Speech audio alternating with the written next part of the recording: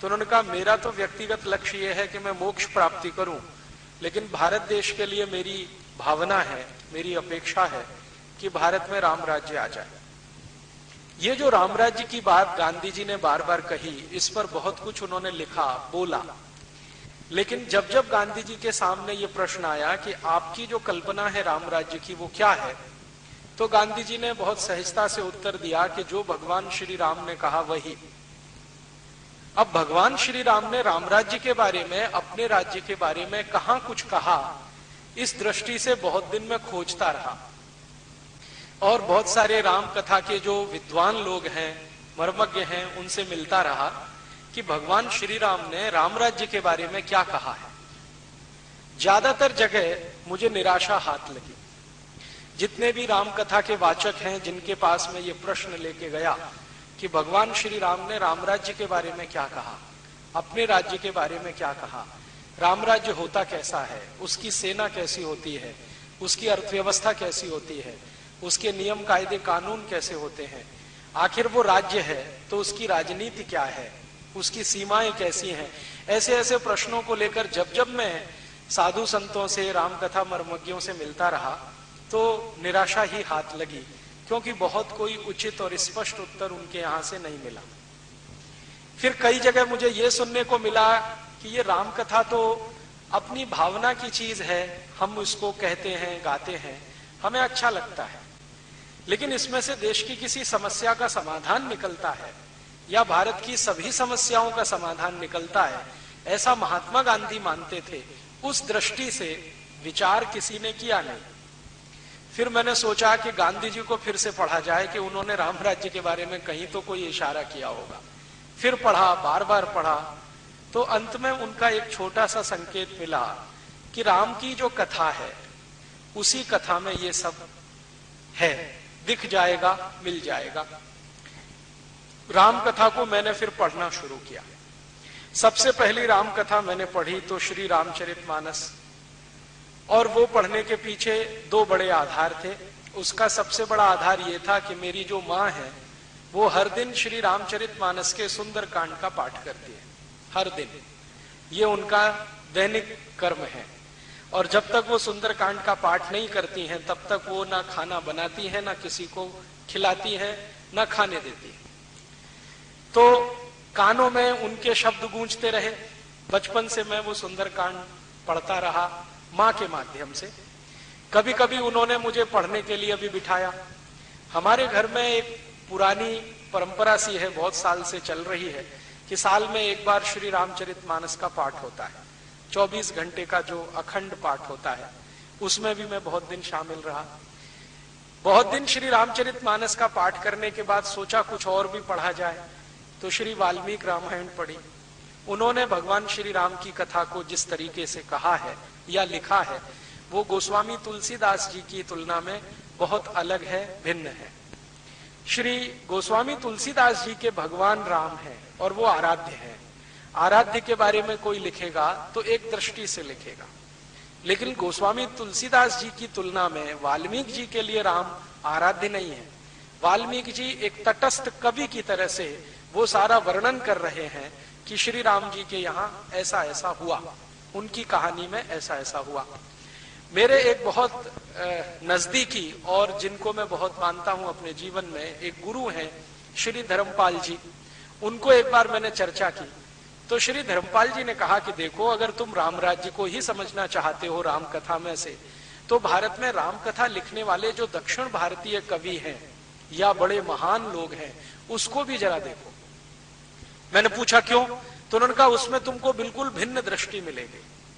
तो दक्षिण भारत में मैं पिछले कुछ वर्षों से घूमता हूं, तो वहां जो राम कथाएं लिखी गई हैं उनमें सबसे ज्यादा चर्चित और सबसे ज्यादा मानी जाने वाली कंब रामायण है। कंब तमिल के एक बहुत बड़े ऋषि हुए, बहुत बड़े ऋषि हुए। जैसे हम वाल्मीकि का अपने यहाँ स्थान मानते हैं, गोस्वामी तुलसीदास का मानते हैं, वैसे ही तमिल समाज के लोग कंब ऋषि को बहुत ऊंचा मानते हैं। तो कंब एक बड़े ऋषि हुए, उन्होंने श्री राम जी की कथा लिखी है और उसको दक्षिण भारत में कंबन रामायण के रूप में जाना जाता है। और मैंने जब श्री कंबन रामायण को पढ़ा तो अद्भुत लगी मुझे। ऐसा लगा कि मुझे बहुत सारा ज्ञान आसानी से उसमें मिल गया। फिर श्री राम जी की कथा एक बहुत बड़े कवि ने भी लिखी है, आप सब जानते हैं, मध्य भारत के एक बड़े कवि श्री कालिदास, उन्होंने श्री राम जी की कथा लिखी है रघुवंशम। अद्भुत कथा है वो भी, वो मैंने पढ़ी, बार बार पढ़ी। तो ऐसा करके 8-10 तरह की राम कथाएं या श्री राम जी की जीवनी, वो सब पढ़ने के बाद कुछ मेरे समझ में आया, वो निचोड़ आपको अगले 1-1.5 घंटे में मैं कहना चाहता हूं। इस बात का आप ध्यान रखेंगे कि मैं जो भी कुछ कह रहा हूं वो भारत की वर्तमान समस्याओं के समाधान के संदर्भ में कहूंगा कि राम जी की कथा में से भारत की समस्याओं के समाधान कैसे निकले। आज की जो समस्याएं हम देख रहे हैं अपने देश में, राजनीति के स्तर पर हो या सामाजिक समस्याएं हो, हमारी सभ्यता में आई हुई समस्या हो या संस्कृति के स्तर पर हो, इन सभी के समाधान राम जी की कथा में से मुझे दिखाई देते हैं। और अब मुझे समझ में आता है कि महात्मा गांधी किस राम राज्य की बात करते थे। गांधी जी जब बार बार कहते थे कि अगर भारत में राम राज्य हो जाए तो सब समस्याओं का समाधान हो जाए, अब मुझे उस बात पर बिल्कुल स्पष्टता है और दिखाई देता है कि अगर इस देश को राम राज्य के रास्ते पर ले जाएं तो कैसे समस्याओं का बहुत सरल और सुखद समाधान हमें मिल सकता है। श्री राम जी की कथा आप सब जानते हैं। कथा कहने में मैं समय खराब नहीं करूंगा क्योंकि कथा आप सभी ने सुनी है। कथा के बीच में जो बिटवीन द लाइंस होती हैं, संवाद जो होते हैं, जिनमें से कोई बात को पकड़ के विश्लेषण किया जा सकता है, ऐसी कुछ बातें आपके बीच में रखूंगा। और श्री राम के चरित्र में जो बातें मुझे बहुत अच्छी लगती हैं वो भी आपसे मैं शेयर करने की कोशिश करूंगा। मैंने अपने सुविधा की दृष्टि से श्री राम जी की कथा को 2 हिस्सों में बांटा है, या श्री राम के जीवन को 2 हिस्सों में बांटा है। एक हिस्सा है उनके जीवन का पूर्वार्ध और दूसरा हिस्सा है उनके जीवन का उत्तरार्ध। पूर्वार्ध का जो हिस्सा है वो उनके जन्म लेने से और उनके वन गमन के 1 दिन पहले तक का है। जब उनका जन्म होता है और वो अपने पिता के घर आते हैं अपनी माता कौशल्या की कोख से पैदा होकर, तो उस दिन से लेकर और वन गमन के लिए प्रस्थान करें, वो जीवन का उनका पूर्वार्ध। ये मैंने किया है, किसी दूसरे का नहीं है, सुविधा की दृष्टि से, समझने की दृष्टि से। तो उनके जीवन का एक तो है पूर्वार्ध और दूसरा है उत्तरार्ध। उत्तरार्ध वो कि जब वो अयोध्या की सीमा को छोड़कर वन में चले जाते हैं 14 वर्ष के लिए, वो उनके जीवन का उत्तरार्ध है। इन्हीं 2 हिस्सों में मैंने बांटा है। और जब वो वापस लौटते हैं अयोध्या, रावण पर विजय प्राप्त करके श्रीलंका का राज्य विभीषण को सौंपकर, तो वो भी हिस्सा मैं उनके उत्तरार्ध में ही मानता हूं। पूर्वार्ध का जो हिस्सा है श्री राम का, उसमें बचपन का जो है वो तो जैसे सभी राजाओं के बेटे बेटियों का है वैसा ही है। वो अपने पिता के बहुत लाडले हैं, उनके पिता उन पर बहुत ज्यादा स्नेह रखते हैं, माँ भी उनको बहुत ज्यादा स्नेह करती है। और श्री राम जी के बारे में माना जाता है और कहा भी जाता है, वो खुद अपने मुंह से कहते हैं कि उनके ऊपर श्रीमती कौशल्या का स्नेह तो है ही, केकई का विशेष स्नेह है, सुमित्रा का भी है, लेकिन केकई का विशेष स्नेह है। और राम जी इसको बार बार स्वीकार करते हैं।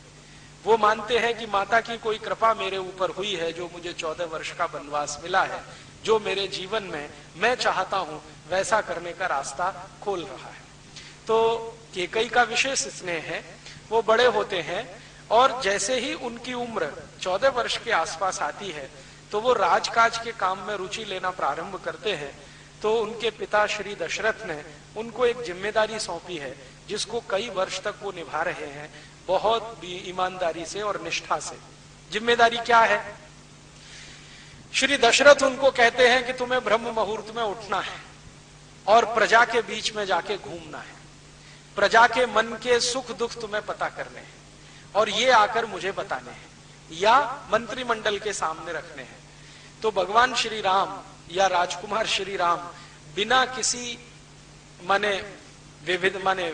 वो तकलीफ के, बिना किसी दुख को महसूस किए हुए या बिना किसी रुकावट के हर दिन नियमित रूप से ब्रह्म मुहूर्त में उठते हैं, दैनिक कर्म से निवृत्त होते हैं और प्रजा के बीच में घूमते हैं, प्रजा से हालचाल पूछते हैं, लोगों से बात करते हैं, आप क्या महसूस करते हैं, राज्य कैसा चल रहा है। नीतियां कैसी हैं राजा के बारे में, राजा के राज्य के अधिकारियों के बारे में नियमित रूप से वो फीडबैक लेते हैं, जानकारी लेते हैं। लौट कर आकर दरबार में अपने पिता श्री दशरथ को बताते हैं कि देखो इस प्रश्न पर प्रजा ऐसा सोचती है, उस प्रश्न पर ऐसे सोचती है। और दशरथ श्री राम की दी गई सूचनाओं के अनुसार बहुत सारे फैसले करते हैं। कोई नीति बदलनी है तो नीतियों को बदलते हैं, राज्य के किसी अधिकारी को दंड देना है तो दंड देते हैं। और दशरथ जी का ऐसा मानना है कि राम झूठ नहीं बोलता, क्योंकि उसमें बहुत सारे सद्गुण हैं। उनमें से एक सद्गुण है कि उसके मुंह से झूठ बात कभी निकलती नहीं, वो झूठ कभी बोलता नहीं, सत्य का आचरण हमेशा रखता है और उसे वो छोड़ता नहीं। तो वो जैसा भी आके भगवान राम उनको बताते हैं, दशरथ जी उनको पूरा का पूरा मान करके अक्षर से सच है वैसे ही वो न्याय करते हैं, वैसे ही फैसले करते हैं। तो उनका राज्य बहुत अच्छे से चल रहा है, प्रजा में काफी सुख है, दुख नहीं है, तकलीफें नहीं है। तो श्री राम जी के 14 वर्ष के आसपास की उम्र का समय इस कार्य में बीत रहा है। माने दशरथ जी के मन में ये अपेक्षा हो रही है कि एक दिन आकर ये अच्छे से गद्दी संभालेगा और ये अच्छा राजा सिद्ध होगा। और राम जी भी अपना कर्तव्य मानकर उसको नियमित रूप से कर रहे हैं। जब जब उनके सामने ऐसा कोई मौका आता है कि जाओ अपने ननिहाल चले जाओ या अपने किसी रिश्तेदार के घर चले जाओ, तो वो किसी न किसी कारण से अपने को रोकते हैं और वो बार बार कहते हैं कि मैं ननिहाल गया तो ये बड़ा काम रुक जाएगा, इसलिए ननिहाल जाना हर बार वो टालते हैं। जबकि उनके जो भाई हैं भरत, उनको जब मौका मिले ननिहाल जाने का वो सहर्ष तैयार रहते हैं। और उनकी माँ भी उनको बहुत प्रेरित करती है कि तुम ज्यादा समय वहीं रहो तो अच्छा है। तो ऐसा कुछ अंतर सा दिखाई देता है। बाद में उनके इसी उम्र के आसपास के समय में उस राज्य के एक बड़े गुरु विश्वामित्र जी आके श्री राम को उनके पिता से मांग लेते हैं और वो कहते हैं कि देखो मैं वन में यज्ञ करना चाहता हूं और यज्ञ करने के लिए रास्ते में बहुत सारी रुकावटें हैं। उन रुकावटों में सबसे बड़ी रुकावट है राक्षस हैं, वो यज्ञ संपन्न नहीं होने देते, किसी न किसी बहाने कोई ना कोई विघ्न डालते रहते हैं। मैं शस्त्र नहीं उठाने की कसम खा चुका हूं, वरना मैं स्वयं इन राक्षसों का संहार करने में समर्थ हूं।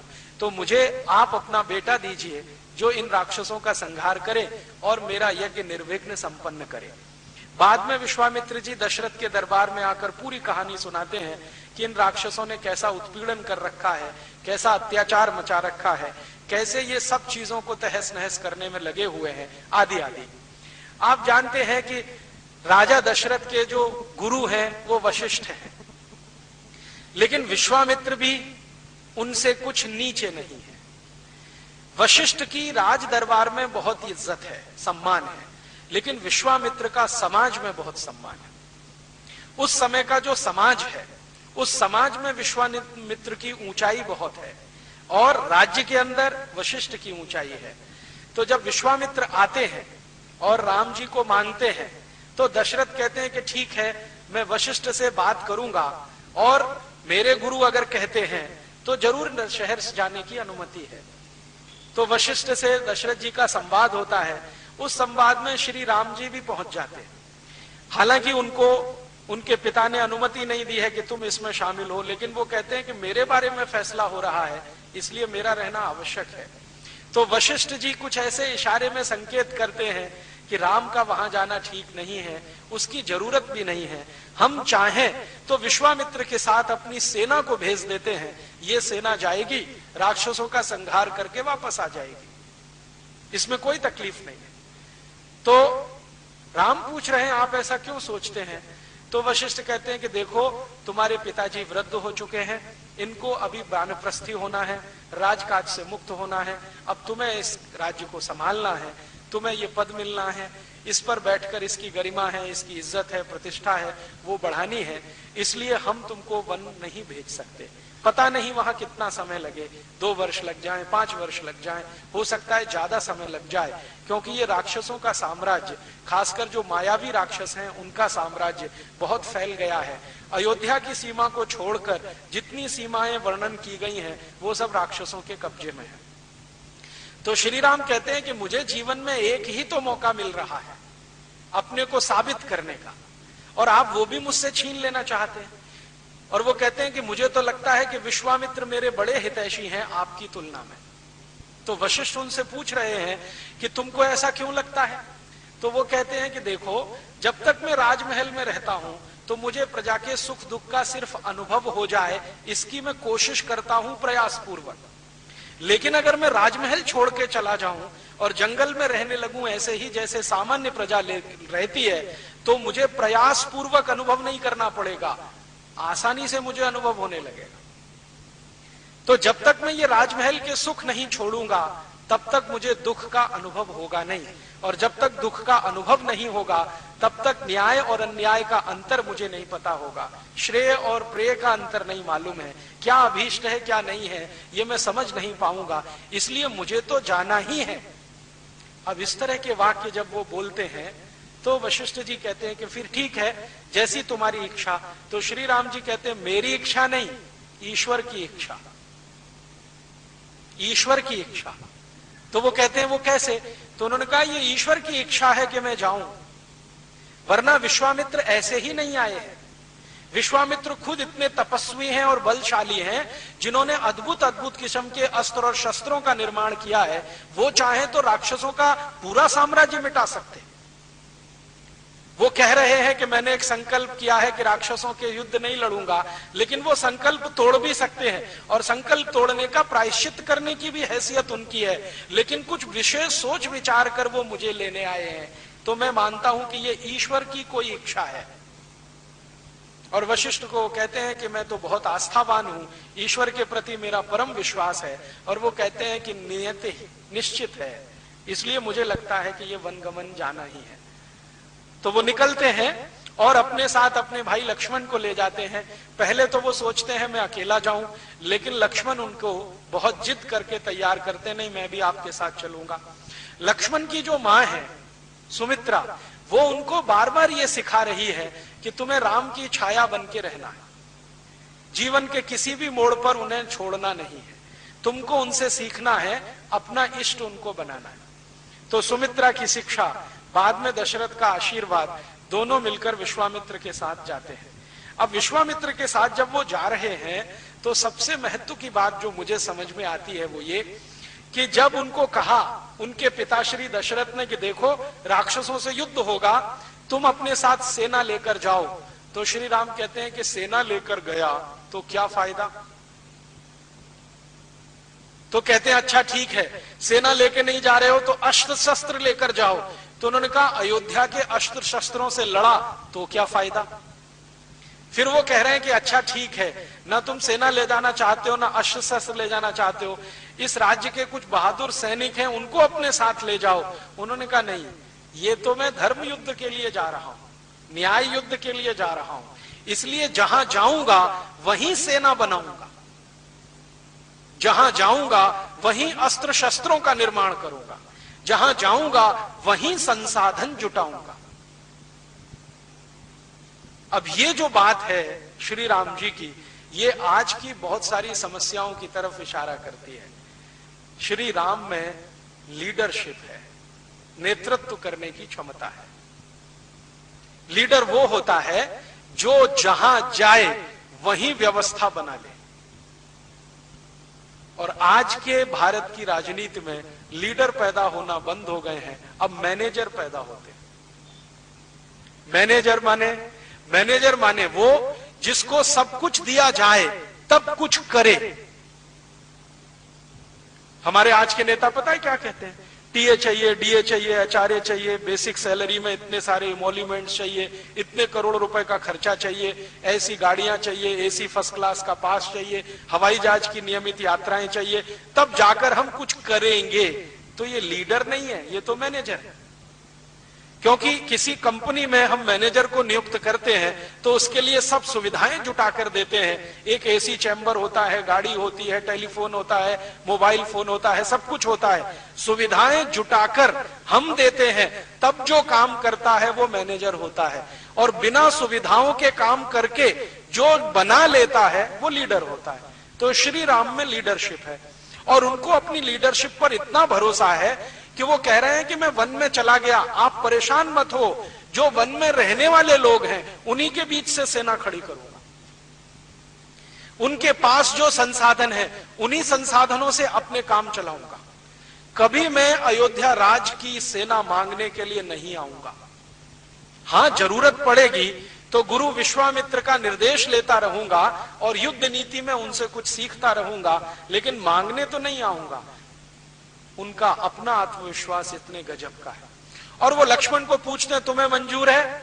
हम बिना सेना के जा रहे हैं, बिना दास दासियों के जा रहे हैं, बिना संसाधनों के जा रहे हैं, हम अपना रथ भी लेके नहीं जा रहे हैं, रथ भी यहीं छोड़ेंगे। अयोध्या की सीमा खत्म हो जाएगी, उसके बाद रथ आगे नहीं जाएगा, पैदल ही जाना पड़ेगा। जैसे विश्वामित्र कहेंगे वैसे ही करना पड़ेगा। कंदमूल खाने पड़ेंगे, जंगलों में सोना पड़ेगा, पेड़ के नीचे कुटिया बनानी पड़ेगी। हो सकता है कि बहुत सारे कीड़े मकोड़े हमें परेशान करें, उनके बीच में सुरक्षित रहना पड़ेगा। तैयार हो? तो लक्ष्मण कहता है, इसमें पूछने की क्या बात है? तो वो कहते हैं, नहीं नहीं, अभी तक तुमने दुख देखा नहीं है, अभी तो राजमहल के सुख में तुम रहे हो। तो वो पूछ रहे हैं लक्ष्मण को कम्बन रामायण में जो ऋषि है ना, उन्होंने राम के बराबर रखा है। मतलब लक्ष्मण बोलते हैं, रामचरितमानस में लक्ष्मण ज्यादा सुनते हैं, कंब रामायण में लक्ष्मण बोलते हैं और बराबर बोलते हैं। तो कंब रामायण में लक्ष्मण कह रहे हैं कि अच्छा, आपने कौन सा दुख देखा है इन महलों में? आपने अभी तक सुख ही सुख देखा है, तो मैंने भी देखा है। अब आप दुख झेलना शुरू करेंगे, मैं भी सीख लूंगा, इसमें कोई मुश्किल नहीं है, चलो। तो दोनों निकलते हैं विश्वामित्र के साथ। विश्वामित्र के साथ रास्ते भर जो संवाद उनका चला है, अद्भुत है, बहुत ही अद्भुत है। विश्वामित्र राम को बहुत सारे प्रश्न करते हैं और उन प्रश्नों के जो वो उत्तर देते हैं तो विश्वामित्र गदगद होते हैं।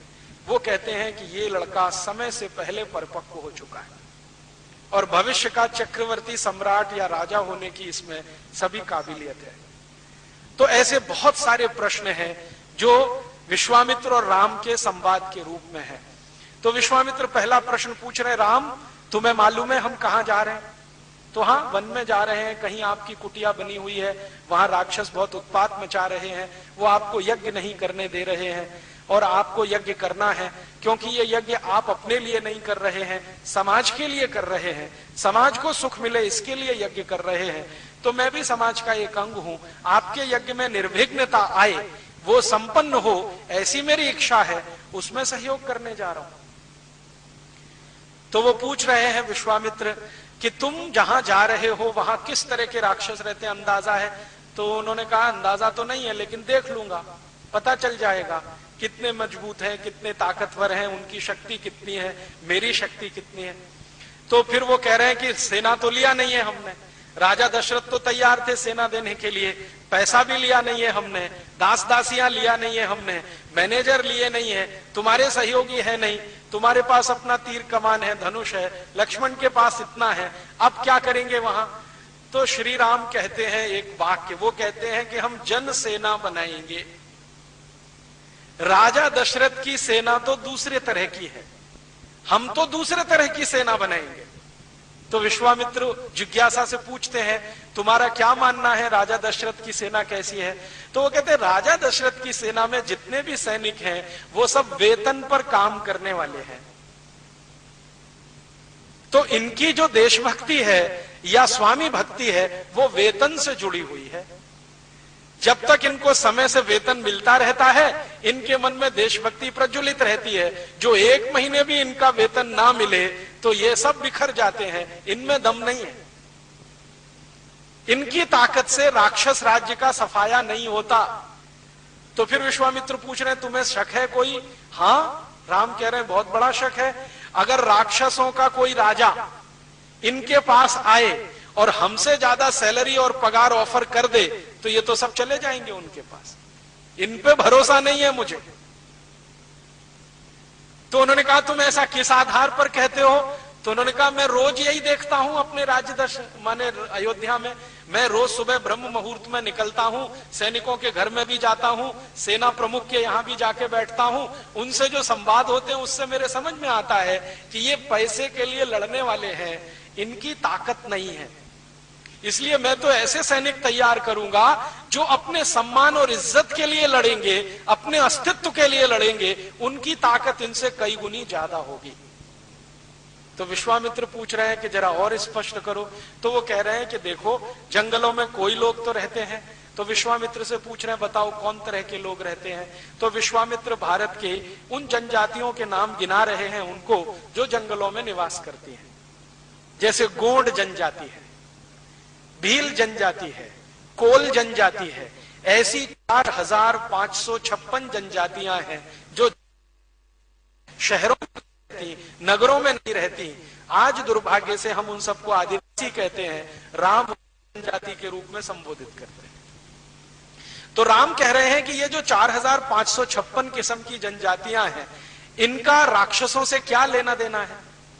तो विश्वामित्र समझाते हैं कि राक्षस इन्हीं को परेशान करते हैं, इनके घर लूट लेते हैं, इनकी संपत्ति लूट लेते हैं, इनके घर की बेटियों को ले जाते हैं, इनकी पत्नियों का शील हरण कर देते हैं, उनकी बेइज्जती करते हैं, उनका सम्मान खत्म कर देते हैं और घरों में आग लगा देते हैं। इनके घरों से पकड़े हुए लोगों को दास बनाकर कहीं बेच देते हैं।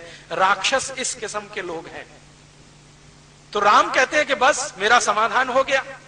विश्वामित्र पूछते हैं क्या? तो कहते हैं मैं इन्हीं के बीच में जाऊंगा, चूंकि राक्षस इनको परेशान कर रहे हैं, चूंकि ये राक्षसों से पीड़ित हैं, चूंकि उनसे बहुत साल से शोषित हैं, चूंकि इनके सम्मान को राक्षसों ने बार बार तोड़ा है, इसलिए इनके मन में चिंगारी थोड़ी सी सुलगाऊंगा, ये बहुत बड़े सैनिक बन जाएंगे। तो विश्वामित्र कहते हैं कि राम, ये तो सब साधारण लोग हैं। कैसे लोग हैं? राम पूछ रहे हैं, मैंने तो देखा नहीं है। तो वो राम जी को समझा रहे हैं विश्वामित्र के, देखो इन जनजातियों में कुछ जनजातियां ऐसी हैं जो लोहे के औजार बनाती हैं, माने लोहारी का काम करती है। तो राम ने कहा तब तो बहुत अच्छा है, जो लोहारी जानते हैं वो अस्त्र शस्त्र भी बना सकते हैं। जिनको रॉ मटेरियल पीटना आता है, कच्चे लोहे को पीटना आता है, वो शस्त्रों का निर्माण भी कर लेंगे, अस्त्रों का भी निर्माण कर लेंगे। अब बताओ दूसरे कौन है? तो उन्होंने कहा दूसरी वो जनजातियां हैं जो कुम्हारी का काम करती हैं। तो उनका फिर तो और काम बन गया मेरा। तीसरी जनजातियां बैलगाड़ी बनाने का काम करती हैं। चौथी जनजातियां बांस का काम करती हैं। तो श्री राम जी कहते हैं कि ये जितने तरह की जनजातियां हैं, चूंकि सब कुछ ना कुछ काम करते हैं, इसलिए मेरी सेना इन्हीं से बनेगी। अब ये सेना युद्ध कैसे करेगी? तो श्री राम जी कहते हैं कि ये हर समय युद्ध नहीं करेगी। ये सेना के सैनिक हर समय अपना काम करेंगे, जब युद्ध का समय आएगा तो काम छोड़कर मैदान में लड़ेंगे। तो विश्वामित्र कहते हैं कि तब तो इनको विशेष प्रशिक्षण देना पड़ेगा। तो राम ने कहा उसकी जिम्मेदारी मैं लेता हूं, इनको विशेष प्रशिक्षण देना है वो मेरी जिम्मेदारी है। तो इस तरह का संवाद करते करते सीमा खत्म होती है और विश्वामित्र के वन का जो स्थान है वहां आके वो टिकते हैं। आते ही मुठभेड़ हो जाती है और वो वध करना शुरू करते हैं। आप जानते हैं कि जो सबसे बड़ी राक्षसनी का वध किया है वो ताड़का है, और उस ताड़का का वध करने में उनको सब समझ में आ जाता है कि ये राक्षसों की राज्य व्यवस्था कैसी है, इनकी नीतियां कैसी हैं, न्याय कैसे हैं, कानून कैसे हैं, आदि आदि। तो राम और लक्ष्मण एक दूसरे से संवाद करते हैं कि हम कुछ भी करेंगे, इन राक्षसों का सफाया करेंगे, क्योंकि ये धर्म के विरुद्ध है, न्याय के विरुद्ध है। तो लक्ष्मण जी पूछते हैं, भैया ये न्याय क्या होता है, अन्याय क्या होता है? तो जो सुंदर परिभाषा उन्होंने दी है वो आज 5,13,000 साल के बाद भी उतनी ही सुंदर है। राम जी कह रहे हैं कि देखो, जब कोई अपने स्वार्थ को छोड़कर स्वार्थ के लिए लड़ता है वो सब अन्याय होता है। ये है राम की परिभाषा। जो व्यक्ति स्वार्थ को छोड़कर परमार्थ के लिए लड़ता है, दूसरों की इज्जत बढ़ाने के लिए लड़ता है, दूसरों का सम्मान बढ़ाने के लिए लड़ता है, दूसरों की रोजी रोटी बचाने के लिए लड़ता है, वो सबसे बड़ा न्यायी है। और जो दूसरों की परवाह ही नहीं करता, सिर्फ अपने ही स्वार्थ में डूबा रहता है, राम कहते हैं उससे ज्यादा अन्यायी दूसरा कोई नहीं है। आज की समय में देख लें, ये परिभाषा बिल्कुल सटीक बैठती है। आज कलयुग आ गया है, राम जी का युग तो चला गया है। 5,13,000 साल से कुछ ज्यादा समय बीत गया है। आज भी यही दिखाई दे रहा है इस समाज में कि जो अपना स्वार्थ छोड़कर समाज के लिए, सामाजिक लोगों के लिए काम करे, वही महात्मा गांधी होता है, वही लोकमान्य तिलक होता है, वही भगत सिंह, उधम सिंह होता है। और उन्हीं के सामने हम अपना सिर झुकाते हैं। और जो सब कुछ परमार्थ छोड़कर स्वार्थ में डूबा रहता है, वो भले ही हजारों करोड़ लोगों को या हजारों करोड़ की संपत्ति का मालिक हो, समाज उसको भूल जाता है, 10 दिन भी याद नहीं करता। हजारों करोड़ की संपत्ति के मालिकों का स्वर्गवास होता है। मैं पिछले 20 साल से, जब से मेरी समझ बनी है, देख रहा हूं 10 दिन के बाद 11वें दिन कोई याद नहीं करता। फिर उनको याद कराने के लिए अखबार में कुछ करोड़ रुपए के विज्ञापन देने पड़ते हैं कि हाँ, हमारे सेठ जी का आज स्वर्गवास हुआ था, हम उनको याद कर रहे हैं। माने करोड़ों रुपए का विज्ञापन खर्च कर रहे हैं, समाज उनको याद नहीं करता है। महात्मा गांधी को याद करने के लिए कोई विज्ञापन नहीं देना पड़ता है, भगत सिंह को याद करने के लिए कोई विज्ञापन नहीं लगता, उधम सिंह को याद करने के लिए विज्ञापन नहीं लगता। तो राम जी बना कर गए, ये परिभाषा हमारी नहीं है कि जो दूसरों के लिए लड़ रहा है, उनके संघर्ष में है, तो वो तो न्याय के रास्ते पर है। जो अपने स्वार्थ के लिए है, वो तो अन्याय के रास्ते पर है। तब वो बात चल रही है कि ये जो रावण है वो किस रास्ते पर है? तो राम कह रहे हैं निश्चित रूप से अन्याय के रास्ते पर है। रावण अपने लिए लड़ रहा है, अपनी जाति के लिए लड़ रहा है, इसके आगे कुछ नहीं, तो वो तो अन्याय के रास्ते पर। ये राक्षस सब अन्याय के रास्ते पर हैं। हम न्याय के रास्ते पर इसलिए हैं कि हम अपने स्वार्थ को छोड़कर अयोध्या से यहां आए हैं, और यहां आने के बाद हम जीतेंगे इस युद्ध को, ये मेरा विश्वास है। लेकिन अपना राज्य कायम नहीं करेंगे, ये पूरा राज्य इन्हीं को सौंपकर हम चुपचाप यहां से निकल जाएंगे। तो लक्ष्मण कहते हैं, अरे मैं तो ये सोच के बैठा था कि ये पूरा किष्किंधा का राज्य हमारा होने वाला है। ये जो किष्किंधा है ना, वन का एक बड़ा क्षेत्र है, जिसका राजा काफी दिनों तक बाली रहा है, उसके बाली के बाद सुग्रीव रहा है, और बाली के पहले रावण वहां का राजा है, माने रावण के क्षेत्र का है। तो वो कह रहे हैं, लक्ष्मण मैं तो ये सोच के आया था कि हम इस राज्य को जीत लेंगे, राक्षसों से मुक्त कर लेंगे, ये तो हमारे अयोध्या का अंग बनेगा। तो कहते हैं, लक्ष्मण तुम भी अन्याय के रास्ते पर जाना चाहते हो? तो लक्ष्मण कह रहे हैं कि हमारे भारत में तो चक्रवर्ती सम्राट वही होता है जो दूसरों के राज्य को जीत लेता है। तो राम कहते हैं कि मैं चक्रवर्तित्व की परिभाषा बदलना चाहता हूं और एक नई परिभाषा गढ़ना चाहता हूं। अब आप जरा देखिए इस बात को। राम के पहले उनके वंश में जितने भी महान राजा हुए, रघु हुए, दिलीप हुए, अज हुए, इन सभी ने चक्रवर्तित्व की परिभाषा बनाई है क्या? कि किसी राज्य के लिए अगर वो लड़े, जीत लिया, तो राज्य उनके अधीन आया, राज ने उनकी मातहती की। और इस तरह से रघु चक्रवर्ती हुए, अज चक्रवर्ती हुए, दिलीप चक्रवर्ती हुए, ये सब दशरथ के पूर्वज हैं, दशरथ के पिता पितामह ये सब हैं। राम कहते हैं कि मैं अपने कुल में चक्रवर्तित्व की परिभाषा बदलना चाहता हूं और आज से नई परिभाषा गढ़ना चाहता हूं कि हम राज्यों को जीतेंगे लेकिन अपने राज्य का अंग नहीं बनाएंगे। इसी राज्य में से किसी को निकालकर उसको राजा बनाकर हम वापस अपने घर चले जाएंगे। तो लक्ष्मण कह रहे हैं कि भैया इनमें तो हैसियत नहीं है राजा होने की। तो कह रहे हैं कि हम हैसियत पैदा करेंगे। ये तो ठीक है कि इनमें हैसियत नहीं है, लेकिन हम हैसियत पैदा करेंगे, इनको ट्रेनिंग देंगे, विचार की ट्रेनिंग, विचार का प्रशिक्षण, अस्त्र शस्त्र का प्रशिक्षण, राजनीति का प्रशिक्षण, ये सब हम देंगे तो ये राज्य भी चलाने के काबिल हो जाएंगे। तो लक्ष्मण पूछ रहे हैं कि फिर ये कौन सा तंत्र बनेगा? तो राम कह रहे हैं ये गणतंत्र बनेगा, यही प्रजातंत्र बनेगा। मुझे अब समझ में आता है कि प्रजातंत्र के मूल शायद श्री राम ही है। उनके पहले इस देश में प्रजातंत्र कहीं नहीं है। प्रजातंत्र में आज जो परिभाषा चलती है ना, लोगों का शासन, लोगों के लिए, लोगों के द्वारा, और राम जी ने तो यही सिद्ध कर दिया। वन में गए हैं और छोटे छोटे राज्य जो राक्षसों के कब्जे में हैं उनको मुक्त कराया है, संहार किया है रावण के सहयोगी राक्षसों का, और अच्छे तरीके से किया है, जड़मूल से खत्म कर दिया है, लेकिन किसी भी राज्य को अयोध्या में नहीं मिलाया है। हर स्थानीय, गोंड जाति के किसी एक स्थानीय व्यक्ति को राजा बना दिया, भील जाति के किसी स्थानीय व्यक्ति को राजा बना दिया, कोल जाति के किसी स्थानीय व्यक्ति को राजा बना दिया, तो गोंडों का राज्य स्थापित करा दिया, भीलों का राज्य स्थापित करा दिया, कोलों का राज्य स्थापित करा दिया, और वो राज्य हजारों साल तक इस देश में चलता आया, हजारों साल तक। अगर आप गोंड जनजाति के लोगों के बीच में जाकर, कोल जनजाति के लोगों के बीच में जाकर, या भील जनजाति के लोगों के बीच में जाकर संवाद करें, तो वो कहते हैं ये राज्य तो राम का दिया हुआ है। मैं पिछले 4-5 वर्षों में मध्य और दक्षिण भारत में रहने वाली ये जो जनजातियां हैं, गोंड जनजाति सबसे ज्यादा मध्य भारत में है। ये जो मध्य प्रदेश का हिस्सा है, थोड़ा महाराष्ट्र का और बहुत बड़ा आंध्र प्रदेश का, यहां पर गोंड जनजातियों के लोग रहते हैं।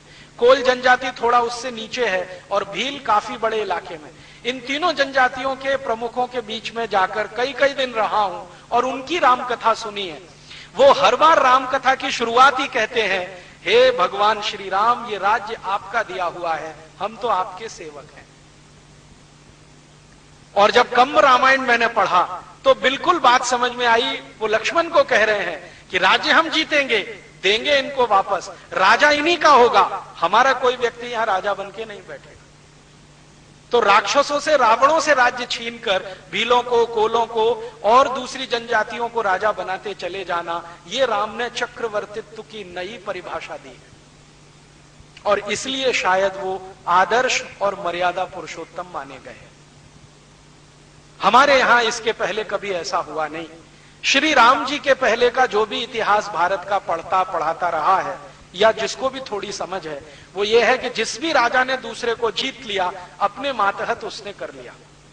लेकिन श्री राम कहते हैं कि जीता और उन्हीं में से किसी को राजा बनाया। फिर ये कहानी का एक हिस्सा पूरा होता है। भगवान श्री राम विश्वामित्र का यज्ञ अच्छे से संपन्न करा के वापस निकलने को तैयारी होती है, तो विश्वामित्र कहते हैं कि देखो, ईश्वर की एक इच्छा और है, अभी एक तो हो गई, वन में यज्ञ संपन्न हो गया, वन के जो मालिक हैं उनको उनका राज्य मिल गया, ईश्वर की एक इच्छा तो पूरी हुई, अभी दूसरी बाकी है। राम पूछते हैं वो क्या? कि तुम्हारा विवाह, वो भी ईश्वर की इच्छा से ही निश्चित है। तो राम जी पूछ रहे हैं विश्वामित्र से कि आपने कहां देखा है मेरे विवाह के लिए? तो कहते हैं मैंने देखा है और तय भी कर लिया, विवाह तुम्हारा वहीं होना है। कौन है, क्या है? तो राजा जनक की कहानी उनको वो सुनाते हैं कि एक राजा जनक है, उनकी एक पुत्री है जिसको उन्होंने उत्पन्न तो नहीं किया है, लेकिन उसको पुत्री की तरह से पाला है। तो राम पूछते हैं कि उन्होंने उत्पन्न नहीं किया है, माने वो उनके कुल की नहीं है? कि हाँ, कुल की नहीं है। तो कहां से मिली? तो कहते हैं खेत में मिली है, मिट्टी में मिली है, खेत में मिली है। तो उसके कुल का पता नहीं है, किस कुल की है, कौन उसका असली पिता है, कौन उसकी असली माता है, पता नहीं है, खानदान का मालूम नहीं, कुल का मालूम नहीं, और तुम्हारा विवाह वहीं होना है। तो श्री राम कहते हैं कि पिताजी से पूछा है? तो राम जी को विश्वामित्र कह रहे हैं कि पूछे न पूछे, ये तो हरि की इच्छा है, होना तो वही है। तो राम पूछ रहे हैं कि क्या ईश्वर मेरे हाथों कोई दूसरा भी ऐसा काम कराना चाहता है? तो कहते हैं हाँ, जिस लड़की का कुल पता नहीं, जिसके माँ बाप का पता नहीं, जिसका असली खानदान क्या है उसका पता नहीं, जब श्री राम तुम उससे शादी करोगे तब उसको जो प्रतिष्ठा मिलेगी तो एक दूसरी मर्यादा बनेगी। तो श्री राम कहते हैं कि अच्छा ठीक है, आपको ऐसा ही लगता है कि इसमें भी कोई मर्यादा बन रही है, मैं सहर्ष तैयार हूं। तो लक्ष्मण कहते हैं सोच लो भैया, दूसरा मौका नहीं मिलेगा। तो विश्वामित्र मुस्कुराते हुए कहते क्यों नहीं मिलेगा? तुम्हारे पिता ने तो 3-3 शादियां की हैं, तुम चाहो तो दूसरी कर लेना, तीसरी भी कर लेना। तो श्री राम कहते हैं हाँ, लेकिन पिता से वो गलती हुई है। तो विश्वामित्र कहते हैं तुम मानते हो ये गलती हुई है? कि हाँ, ये गलती हुई है। तो तुम अगर मानते हो ये गलती हुई है तो कौशल्या ही तुम्हारी मां नहीं है, केकई भी है, सुमित्रा भी है, और तुम ये भी मानते हो कि तुम्हारे पिता ने 3 शादियां करके गलती की है, तो फिर ये कैसे है? ये तो द्वंद्व है। तो उन्होंने कहा कि शादियां कर ली हैं तो मैंने उनको मां मान लिया है, लेकिन मेरा मन कहता है कि पिता ने ये गलती की है। तो फिर विश्वामित्र कहते हैं कि तुम्हारे पिता ने कोई गलती नहीं की है, तुम्हारे जो दादा परदादा थे उन्होंने भी यही किया है। और राम का जो वंश है, जिसको रघुवंश कहते हैं, रघुवंश के सभी राजाओं ने एक से ज्यादा शादियां की हैं, अर्थात सभी के पास एक से ज्यादा पत्नियां हैं। तब राम कहते हैं कि गुरुदेव, मैं आपके सामने संकल्प करता हूं कि मैं दूसरी मर्यादा एक पत्नी व्रत की सिद्ध करके रहूंगा। तो वो पूछते हैं कैसे, क्यों? तो वो कहते हैं कि मैंने अपने महल में देखा है, कौशल्या दशरथ की पहली पत्नी है, जैसे ही दूसरी आई तो कौशल्या के प्रति दशरथ में उपेक्षा भाव आया, और तीसरी आई तो कौशल्या और सुमित्रा के प्रति उपेक्षा भाव आया, और केकई के प्रति समर्पण भाव आया, और उसी समर्पण भाव का परिणाम है कि हमारे महल में बहुत कुछ ऐसा हुआ जो होने लायक नहीं है। तो दशरथ कहते हैं, राम तुम समय से पहले परिपक्व हो चुके हो। तो वो कहते हैं कि गुरुदेव, मैं परिपक्व हुआ हूं इतना मुझे नहीं मालूम, लेकिन ईश्वर मुझसे बहुत कुछ कहलवाता है, मुझे कई बार मालूम नहीं होता मैं क्या कह जाता हूं। तब श्री राम को लक्ष्मण जी कह रहे हैं कि अगर ये भगवान राम या श्री राम या मेरे भाई अगर एक पत्नी व्रत का संकल्प लेते हैं तो मैं आजीवन इनके चरणों की वंदना करूंगा, आजीवन इनके चरणों की वंदना करूंगा, और मैं ये कहूंगा जोर जोर कर कि मेरे भाई के चरण मेरे पिता के चरण से ज्यादा पवित्र है। और लक्ष्मण को कहते हैं राम डांटते हुए कि देख, दशरथ पिता हैं। तो लक्ष्मण उत्तर दे रहे हैं कि भले वो मेरे पिता हैं, लेकिन चरित्र में उतने ऊंचे नहीं हैं जितने आप हैं। और लक्ष्मण कह रहे हैं कि कोई कितना भी महान राजा हो, कोई कितना ही महान सेनापति हो, कोई कितना ही महान करोड़पति हो, कोई कितना ही महान विद्वान हो, अगर उसका चरित्र नहीं है तो वो कुछ भी नहीं है। तो राम को वो कह रहे हैं कि भारत की भारतीयता तो चरित्र पर जाती है, बाकी सब चीजें गौड़ हो जाती हैं। मैं देख रहा हूं कि अगर आप एक पत्नी व्रत का संकल्प ले रहे हैं तो आप चरित्र की किसी ऊंचाई की स्थापना करने जा रहे हैं, इसलिए आज से मैं आपके चरण की वंदना करने का संकल्प लेता हूं। तो विश्वामित्र को कहते हैं कि पिताजी के पास संदेश भेज दीजिए, आप जहां कहते हैं मैं विवाह करने को तैयार हूं। विश्वामित्र कहते हैं एक बार देख तो लो सीता को। तो राम कहते हैं देखना क्या है, तय हो गया है ना कि वो बिना किसी कुल की है, उसका कोई खानदान नहीं है, उसके पिता का पता नहीं, माता का पता नहीं, जनक ने उसको पाला है लेकिन उसके असली माँ बाप का पता नहीं है। मेरी धर्म पत्नी बनेगी, भार्या बनेगी तो सब कुछ उसका स्थिति स्पष्ट हो जाएगी। मैं मानता हूं कि समाज के लिए कोई आदर्श ही बनेगा। तो विश्वामित्र कहते हैं तुम्हारे पिता को अगर सूचना मिलेगी तो ये विवाह नहीं होने देंगे। क्यों? तो कहते हैं जनक से उनकी पुरानी दुश्मनी है, और आप जानते हैं दशरथ और जनक में दुश्मनी है, और एक दिन की नहीं है, कई पीढ़ियों की है। तो राम कहते हैं तब तो और अच्छा है, ये दुश्मनी का अध्याय ही खत्म हो जाएगा, दोस्ती शुरू हो जाएगी। तो कह रहे हैं तुम्हें ऐसा क्यों लगता है दुश्मनी खत्म कर लेनी चाहिए? तो कहते हैं रावण का संहार करना है तो राजा जनक भी चाहिए, दशरथ भी चाहिए, और बाकी सब चाहिए। और रावण का अकेले का संहार नहीं करना है, उसकी प्रशासनिक व्यवस्था, उसकी राजनीति का संहार करना है, क्योंकि वो स्वार्थ आधारित है। हमें परमार्थ आधारित राजनीति की स्थापना करनी है। तो श्री विश्वामित्र कहते हैं चलो भाई, अब जैसी तुम्हारी इच्छा, तुम्हारे पिता को बिना बताए चलते हैं। अब पहुंच जाते हैं राजा जनक के दरबार में। राजा जनक ने कहा है कि भाई मेरी पुत्री का विवाह मैं तय नहीं करूंगा, मेरी पुत्री तय करेगी। और क्यों करेगी? क्योंकि वो स्वयं वरा है, अपने वर को स्वयं चुनेगी। क्यों चुनेगी? तो राजा जनक कहते हैं कि उसमें बहुत सारे सद्गुण हैं, और उन्हीं सद्गुणों के आधार पर मैं कहता हूं कि वो स्वयं वरा है, मैं तय नहीं करूंगा। तो ठीक है, राजा जनक को कहते हैं विश्वामित्र के आप तय कर लो, आपकी पुत्री को पूछ लो। तो वो जो धनुष की कहानी है वो सीता जी की कहानी है। असल में कंब रामायण में सीता जी ने कहा है कि ठीक है, ये जो बड़ा धनुष रखा है जो तोड़ दे मैं तय कर लूंगी। तो बड़े बड़े राजा महाराजा आए हैं, कोई तोड़ पाया नहीं है, और राम जी ने जाके उसको तोड़ दिया है। तो सीता जी ने उनको अपना पति मान लिया है। अब वो सीता जी को लेके घर वापस आते हैं तो दशरथ बहुत परेशान हो जाते हैं कि बिना मुझे बताए इस तरह से विवाह हुआ है। तो राम कहते हैं जो कुछ हुआ है ईश्वर की इच्छा से हुआ है, उसमें ना आपकी चलेगी ना मेरी चलेगी, अभी जो ईश्वर की इच्छा है वही करना है।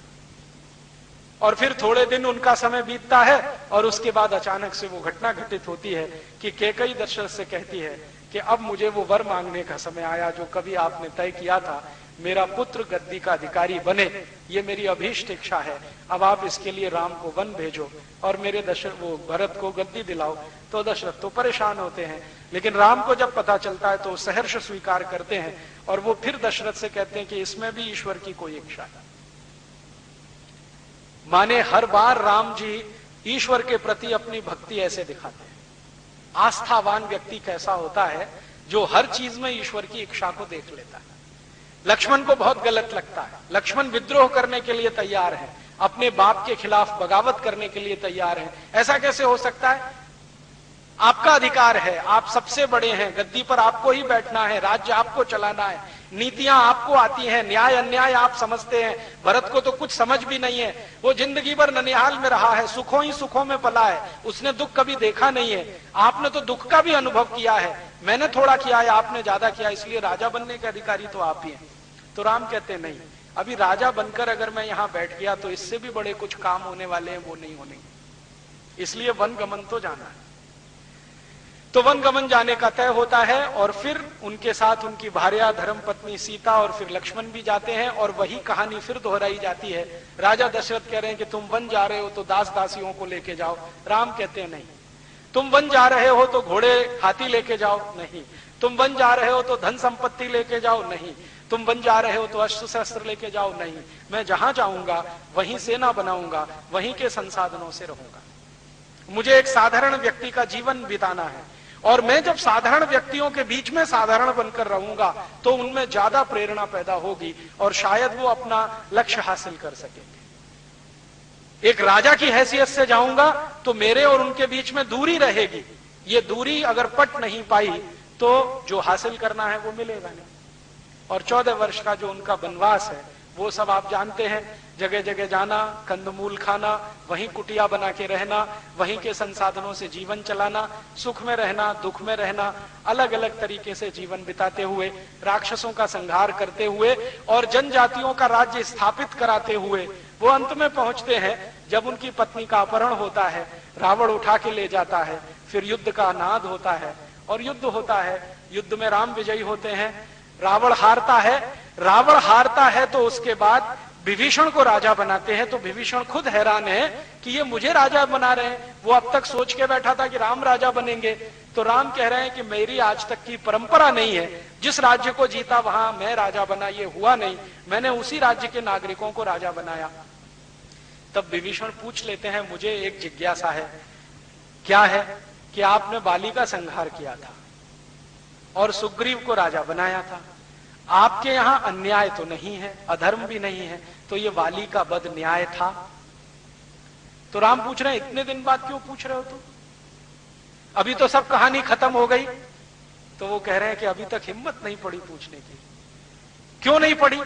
तो वो कह रहे हैं कि सुग्रीव आपका सहयोगी है और उसके सामने मैं ये पूछूं तो मुश्किल हो जाएगी, हो सकता है आपके और सुग्रीव के बीच में मनभेद हो जाए, मतभेद हो जाए। हमारा लक्ष्य रावण को खत्म करना था, वो आपको पहले पूरा करना था, अब प्रश्न पूछ रहा हूं। तो राम कहते हैं कि देखो, बाली अधर्मी ही था, धर्मी नहीं था। कैसे अधर्मी था?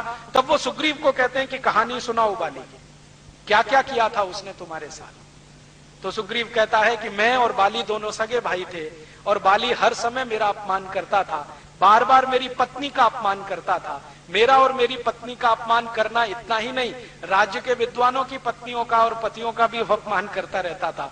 रावण के जैसा बनने की कोशिश करता रहता था, जैसा शोषण रावण करता है वैसा ही उसके मन में था। ये सब कहानी जब वो सुनते हैं सुग्रीव के मुंह से, तब विभीषण समझते हैं, हाँ बात तो आपकी सही है, वो अधर्मी ही था। तो राम ने कहा कि मैंने उसको मारने का संकल्प किया था, लेकिन बाली के लिए नहीं, सुग्रीव के लिए। अगर सुग्रीव को राजा बनाना है तो बाली को हटाना बहुत आवश्यक था, और बाली को नहीं हटाता तो वो सुग्रीव को मार डालता, और सुग्रीव अगर मर जाता तो हनुमान के रहने का स्थान नहीं रहता किष्किंधा में। और हनुमान तो भगवान के भेजे हुए कोई दूत हैं, जिनके हाथों कोई बड़े काम इस देश में होने वाले हैं, इसलिए इनका बचना बहुत जरूरी था। आपको मालूम है किष्किंधा राज्य का जो मालिक था बाली, उसने ऐलान कर दिया था कि मैं इनमें से किसी को नहीं रहने दूंगा, ना सुग्रीव को, ना हनुमान को, ना नल और नील को। तो राम कहते हैं ये नल नील भी भगवान के भेजे हुए हैं, इनके हाथों कोई विशेष काम होना था। आप जानते हैं बाली के हाथों अगर ये मारे गए होते तो भारत में बहुत सारा इतिहास लिखने से भारत वंचित हो गया होता। हनुमान के बारे में अगर ये हम कभी कल्पना करें कि बाली ने उनको मरवा दिया होता, तो हनुमान का जो सबसे बड़ा हमारे देश के और लोगों के सामने चरित्र आता है वो ये कि वो भारत के नागरिकों को भारत की जड़ी बूटियों से परिचित कराने वाले आदि वैद्य, क्योंकि मालूम ही नहीं था भगवान श्री राम को कि लक्ष्मण को अचेत अवस्था आई है, मूर्छा हुई है, तो कौन सी जड़ी बूटी लगेगी। वैद्य सुषेण थे, उन्होंने हनुमान जी को समझाया कि वहां वहां जाओ, वहां से कुछ ले आओ। तो हनुमान जी ने कहा हो सकता है एक दो जड़ी बूटी से काम न चले तो पूरा पर्वत ही उठा के लाए, और उन जड़ी बूटियों का परिचय श्री राम को कराया, लक्ष्मण को कराया और पूरी सेना को कराया। तो राम कहते हैं कि ये काम वंचित हो जाता। नल नील का पूछा तो उन्होंने कहा ये नल नील तो अद्भुत हैं दोनों। क्या किया है नल नील ने? राम के साथ रह के नल नील ने सबसे बड़ा काम किया है कि राम की सेना को रावण के राज्य में पहुंचाने के लिए पुल बनाया है।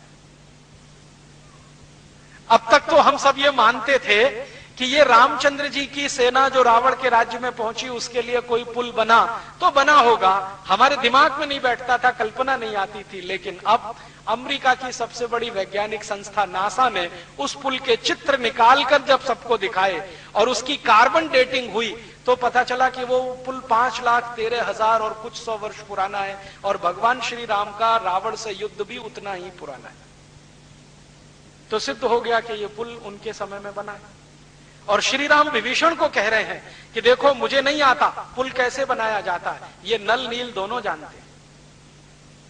माने आज की भाषा में कहूं तो नल और नील दोनों कंस्ट्रक्शन के बहुत बड़े इंजीनियर, जो पुल बनाया। और पुल भी कैसा बनाया? पत्थरों का पुल समुद्र के बीच में, कभी कल्पना काम ना करे किसी की ऐसा।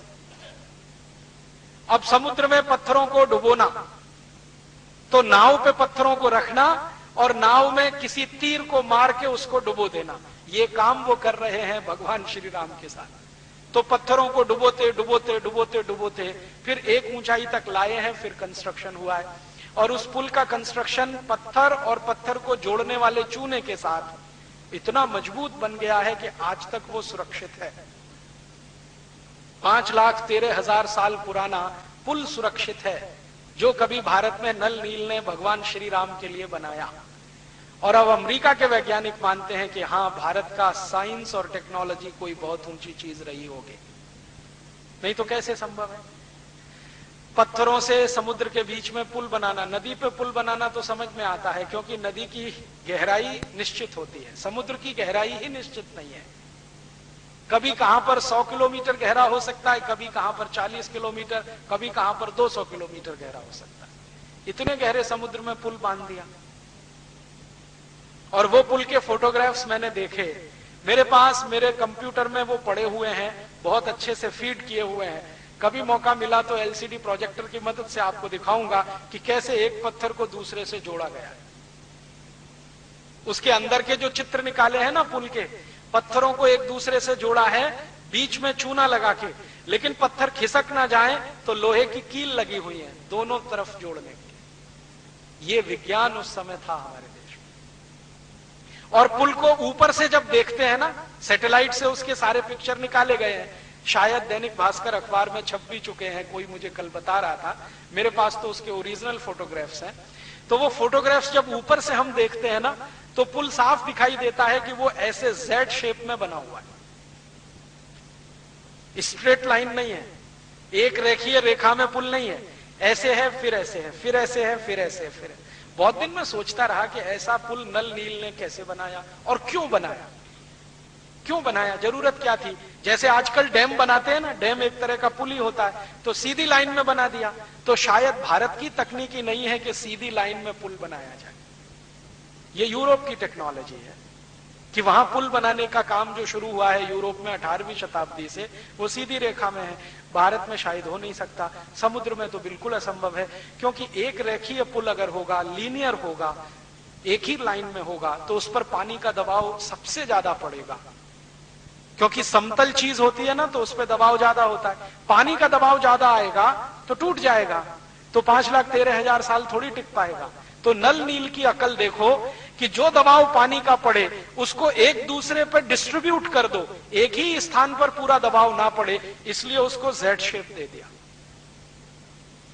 और आज के जमाने के जो हाइड्रोलिक्स के बड़े वैज्ञानिक हैं, जो जल विज्ञान के बड़े वैज्ञानिक हैं, उनसे मैं कहता हूं कि जरा इस डिजाइन की कल्पना करो, तो वो एक ही शब्द कहते हैं, अद्भुत। वो ये कहते हैं कि 5,13,000 साल पहले कोई दो व्यक्ति ऐसे हुए जिनको ये कल्पना थी, इसका माने कोई बहुत बड़े वैज्ञानिक रहे होंगे तभी ये हो सकता है। साधारण लोगों के दिमाग में ये कल्पना नहीं आ सकती कि पानी के प्रेशर को बराबर डिस्ट्रीब्यूट करना है और उसमें शेप जेड का देना है ताकि वो ज्यादा दिन सुरक्षित रहे। पहले जब हम चर्चा करते थे हमारे कुछ आधुनिक पढ़े लिखे मित्रों के साथ, तो वो ये कहते थे कि भारत बहुत महान था, सुना है, लेकिन इसकी महानता क्या थी वो अब दिखाई देती है। ये महानता थी 5,13,000 साल पहले इस तरह के पुल का डिजाइन कर देना, और वो इतने साल तक लगातार टिके रहना, उसके बीच में कहीं क्रैक भी नहीं है। जो सैटेलाइट ने फोटो निकाले हैं ना, इमेज, कहीं भी क्रैक नहीं है। अब वो तो भला हो हमारे दक्षिण भारत की वो जयललिता का, जिसने अभी जिद पकड़ ली थी कि इस पुल को तोड़ ही देना है, क्योंकि ये चेन्नई के रास्ते आने वाले बड़े जहाजों को रुकावट पैदा करता है। उसके खिलाफ एक बड़ा अभियान चला। अच्छा हुआ जयललिता अपने पद से निकल गई तो वो पुल बच गया, नहीं तो वो तोड़ने की तैयारी में थी। तो नेता कैसे हैं हमारे, इससे अंदाजा लगा लो। और राम के जमाने में कितनी मेहनत से बना होगा उसका अंदाजा लगा लो। इस तरह की क्वालिटी उस समय के काम में। और फिर अब समझ में आता है कि अगर ये पुल सत्य था तो सब कुछ सत्य रहा होगा। अब तक हमारे देश में कुछ ऐसे इतिहासकार हुए हैं जो वामपंथी मानते हैं अपने को, लेफ्टिस्ट मानते हैं। वो मानते ही नहीं है कि भगवान राम की कहानी कोई सत्य है, वो ये कहते हैं ये हाइपोथेसिस है। हाइपोथेसिस माने कल्पना में गढ़ी गई है। हाँ, अभी भी वो यही मानते हैं कि काल्पनिक है। और अभी ये जो पुल का हो जाना और उसके समय का वही निकल के आना जो राम का समय है, अब ये सिद्ध कर देता है कि ये सत्य है, इसमें काल्पनिकता कुछ नहीं। और अगर इसी विषय पर आगे हम खोज करें तो बहुत कुछ ऐसा निकल आएगा, क्योंकि वैज्ञानिकों ने अब ये माना है कि ये पुल नीचे जो गया है इसके साथ पूरी सभ्यता नीचे गई होगी। सब कुछ नीचे चला जाता है कि नहीं? हो सकता है भगवान श्री राम के जाने के बाद और आज तक 20 85 सुनामी आए हो और ये नीचे जाता गया जाता गया जाता गया और आज 40-50 किलोमीटर नीचे स्थिर हो गया। और वो पुल अकेला ही नहीं गया होगा, हो सकता है लंका चली गई हो उसके साथ पूरी की पूरी नीचे। द्वारका के बारे में तो वैज्ञानिकों ने सिद्ध ही कर दिया है कि जी पूरी द्वारका तो चली ही गई थी, जो अभी भी मिलती है समुद्र के नीचे। तो हो सकता है लंका भी चली गई हो, क्योंकि सुनामी आने के पहले तो मेरी भी कल्पना काम नहीं करती थी कि ये नीचे गई कैसे होगी। लेकिन जो सुनामी में मैंने मेरी आंखों से देखा है, 20-20 मंजिल बिल्डिंग नीचे चली गई, तो ये भी चला गया होगा।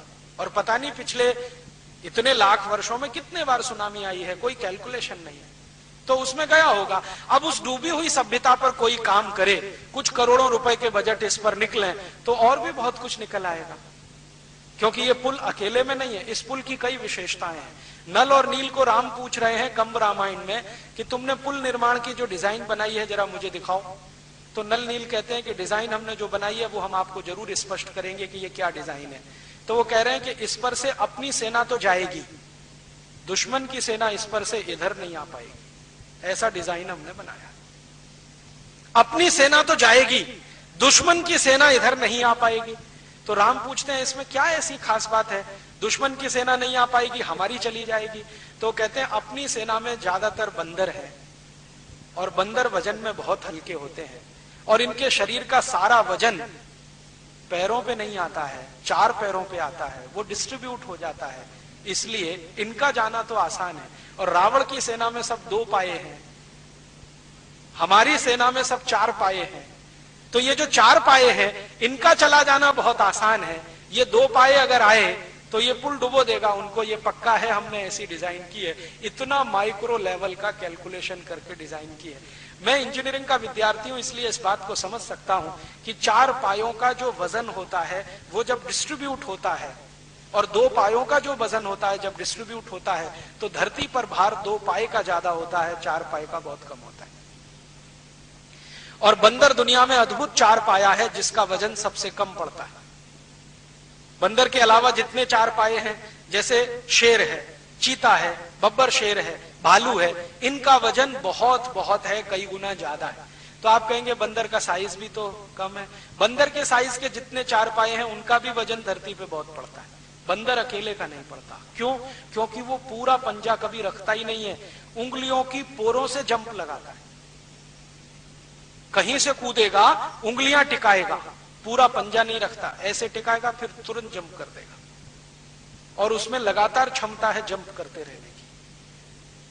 तो वो कह रहे हैं कि हमारी सेना में तो ये बंदर बानर ज्यादा है, आप चिंता मत करो, ये पार जाएंगे, लेकिन उधर से वो आए डूब जाएंगे। ऐसी डिजाइन हमने तैयार की है। फिर पूछ रहे हैं दूसरी विशेषता बताओ इसकी। तो दूसरी विशेषता ये है कि अगर ये पुल बनेगा तो जब तक आप नहीं कहेंगे तब तक ये टूटेगा नहीं। तो कह रहे हैं मेरे कहने से मतलब, उन्होंने कहा आपके जो बाण है ना उनमें एक ही बाण ऐसा है जो इसको तोड़ने की शक्ति रखता, बाकी ये किसी से टूटने वाला नहीं है। वो जब तक आप नहीं चलाएंगे ये टूटने वाला नहीं है।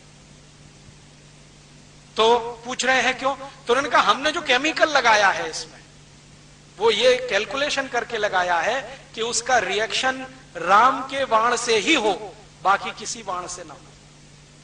तो खोज कर ऐसा केमिकल लाए हैं। और आप जानते हैं कि बाण के सामने जो तीर की नोक होती है उसमें केमिकल लगा के ही चलाए जाते हैं। तो उनको मालूम है नल नील को कि राम के बाण में किस तरह के केमिकल है, तो पुल में कौन से केमिकल इस्तेमाल करने हैं, कौन से नहीं करने हैं, किसको छोड़ देना है, किसको रख लेना है, इस कैलकुलेशन से पुल है। फिर वो कहते हैं कि हाँ हम इस पुल से जाएंगे और वापस जब आएंगे तो ये कितने दिन टिकने वाला है। तो उन्होंने कहा जब तक आप चाहें तब तक।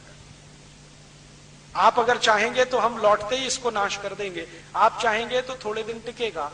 आप विभीषण को बोल के जाओ और वो बाण इसको दे के जाओ, जब इसको मन आए वो चला दे, वो टूट जाएगा। इस तरह की विशेषताओं वाला पुल बनाकर वो गए हैं लंका में और मारकर रावण को लौटे हैं। लौटने के बाद विभीषण को कई बात कह के जा रहे हैं। उनमें से एक है कि ये तुम्हारी इच्छा है, इसको चाहो तो रखो, चाहो तोड़ देना। बाण मेरा ये है, जब चाहो तो इसको मेरा स्मरण करके छोड़ देना। अब इससे बड़ी महत्व की बात राम जी जो विभीषण को कह रहे हैं, राजा बना दिया उसको गद्दी सौंप दिया, अब विदा ले रहे हैं। तो विभीषण पूछ रहा है कि इसको चलाऊं कैसे राज्य को, ये तो सिखा दो मुझे, ये तो बता दो। तो भगवान राम एक ही बात कहते हैं कि देखो अभी मैंने सत्ता का हस्तांतरण करवाया है, प्रशासन व्यवस्था वही है जो रावण के जमाने की थी। तो जब तक तुम इस पूरी प्रशासनिक व्यवस्था को नहीं बदलोगे तुम्हारे राज्य की किसी समस्या का समाधान नहीं होगा। ट्रांसफर ऑफ पावर हुआ है, रावण की सत्ता विभीषण को मिली है, लेकिन रावण का राज्य वैसे का वैसा ही है। इसके मंत्री, इसके महामंत्री, इसके अमात्य, इसके महाअमात्य, इसके खजांची, इसके अधिकारी, इसकी सेना, इसका सेनापति, ये सब वैसे के वैसे ही हैं। अगर तुम चाहो तो इनको बदलो तो तुम्हारे राज्य की समस्याएं हल होंगी। जो तुमने इन प्रशासनिक व्यवस्थाओं को नहीं बदला तो एक भी समस्या का समाधान नहीं होगा, और मैं ये कह सकता हूं कि समस्याएं बढ़ेंगी। तो वो पूछ रहा है कि ये आप कैसे कह रहे हैं? तो उनका देखो रावण ने अपना राज्य स्थापित किया, उसके आधार पर अधर्म को धर्म बनाया, और जितने अधार्मिक कायदे कानून थे वो सभी धर्म के लवादे में उड़ाकर उसने स्थापित करा दिया। अब यही कायदे कानून अगर चलेंगे तो तुम्हारे पास सत्ता आने का भी लाभ नहीं मिलेगा प्रजा को। तुम मजा कर सकते हो, प्रजा वैसे ही दुखी रहेगी। तुम तय करो तुम्हें प्रजा का राजा होना है या गद्दी का राजा होना है। तो विभीषण कह रहा है कि मैं तो प्रजा का राजा होना चाहता हूं। तो राम उनको कह रहे हैं कि सबसे पहला काम करो कि रावण के बनाए हुए कायदे कानून और नियम सब खत्म करो, जला दो उनको, नए नियम कायदे बनाओ, और ऐसे नियम कायदे बनाओ जो सनातन सत्य पर आधारित हो। ऐसा सत्य नहीं जो आज है और कल बदल जाए, ऐसा सत्य जो हजारों साल पहले था, हजारों साल रहे। और राम कहते हैं कि किसी भी राज्य की सत्ता का हस्तांतरण मात्र हो और राज्य की व्यवस्था ना बदले तो उस देश की, उस राज्य की कोई समस्या का समाधान नहीं होता। अब भारत की समस्याओं को मैं यहीं देखता हूं।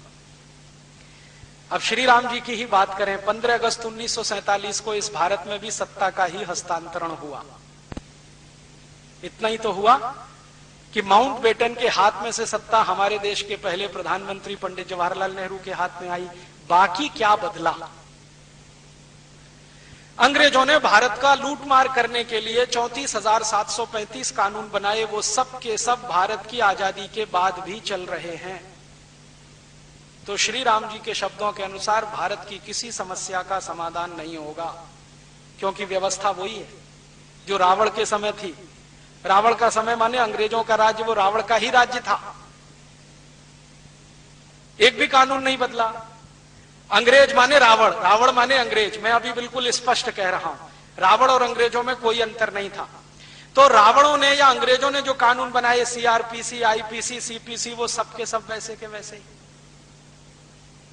अंग्रेजों ने कानून बनाया इंडियन पुलिस एक्ट, वो वैसे का वैसा ही। अंग्रेजों ने कानून बनाया इंडियन सिविल सर्विसेज एक्ट, वो वैसे का वैसा ही।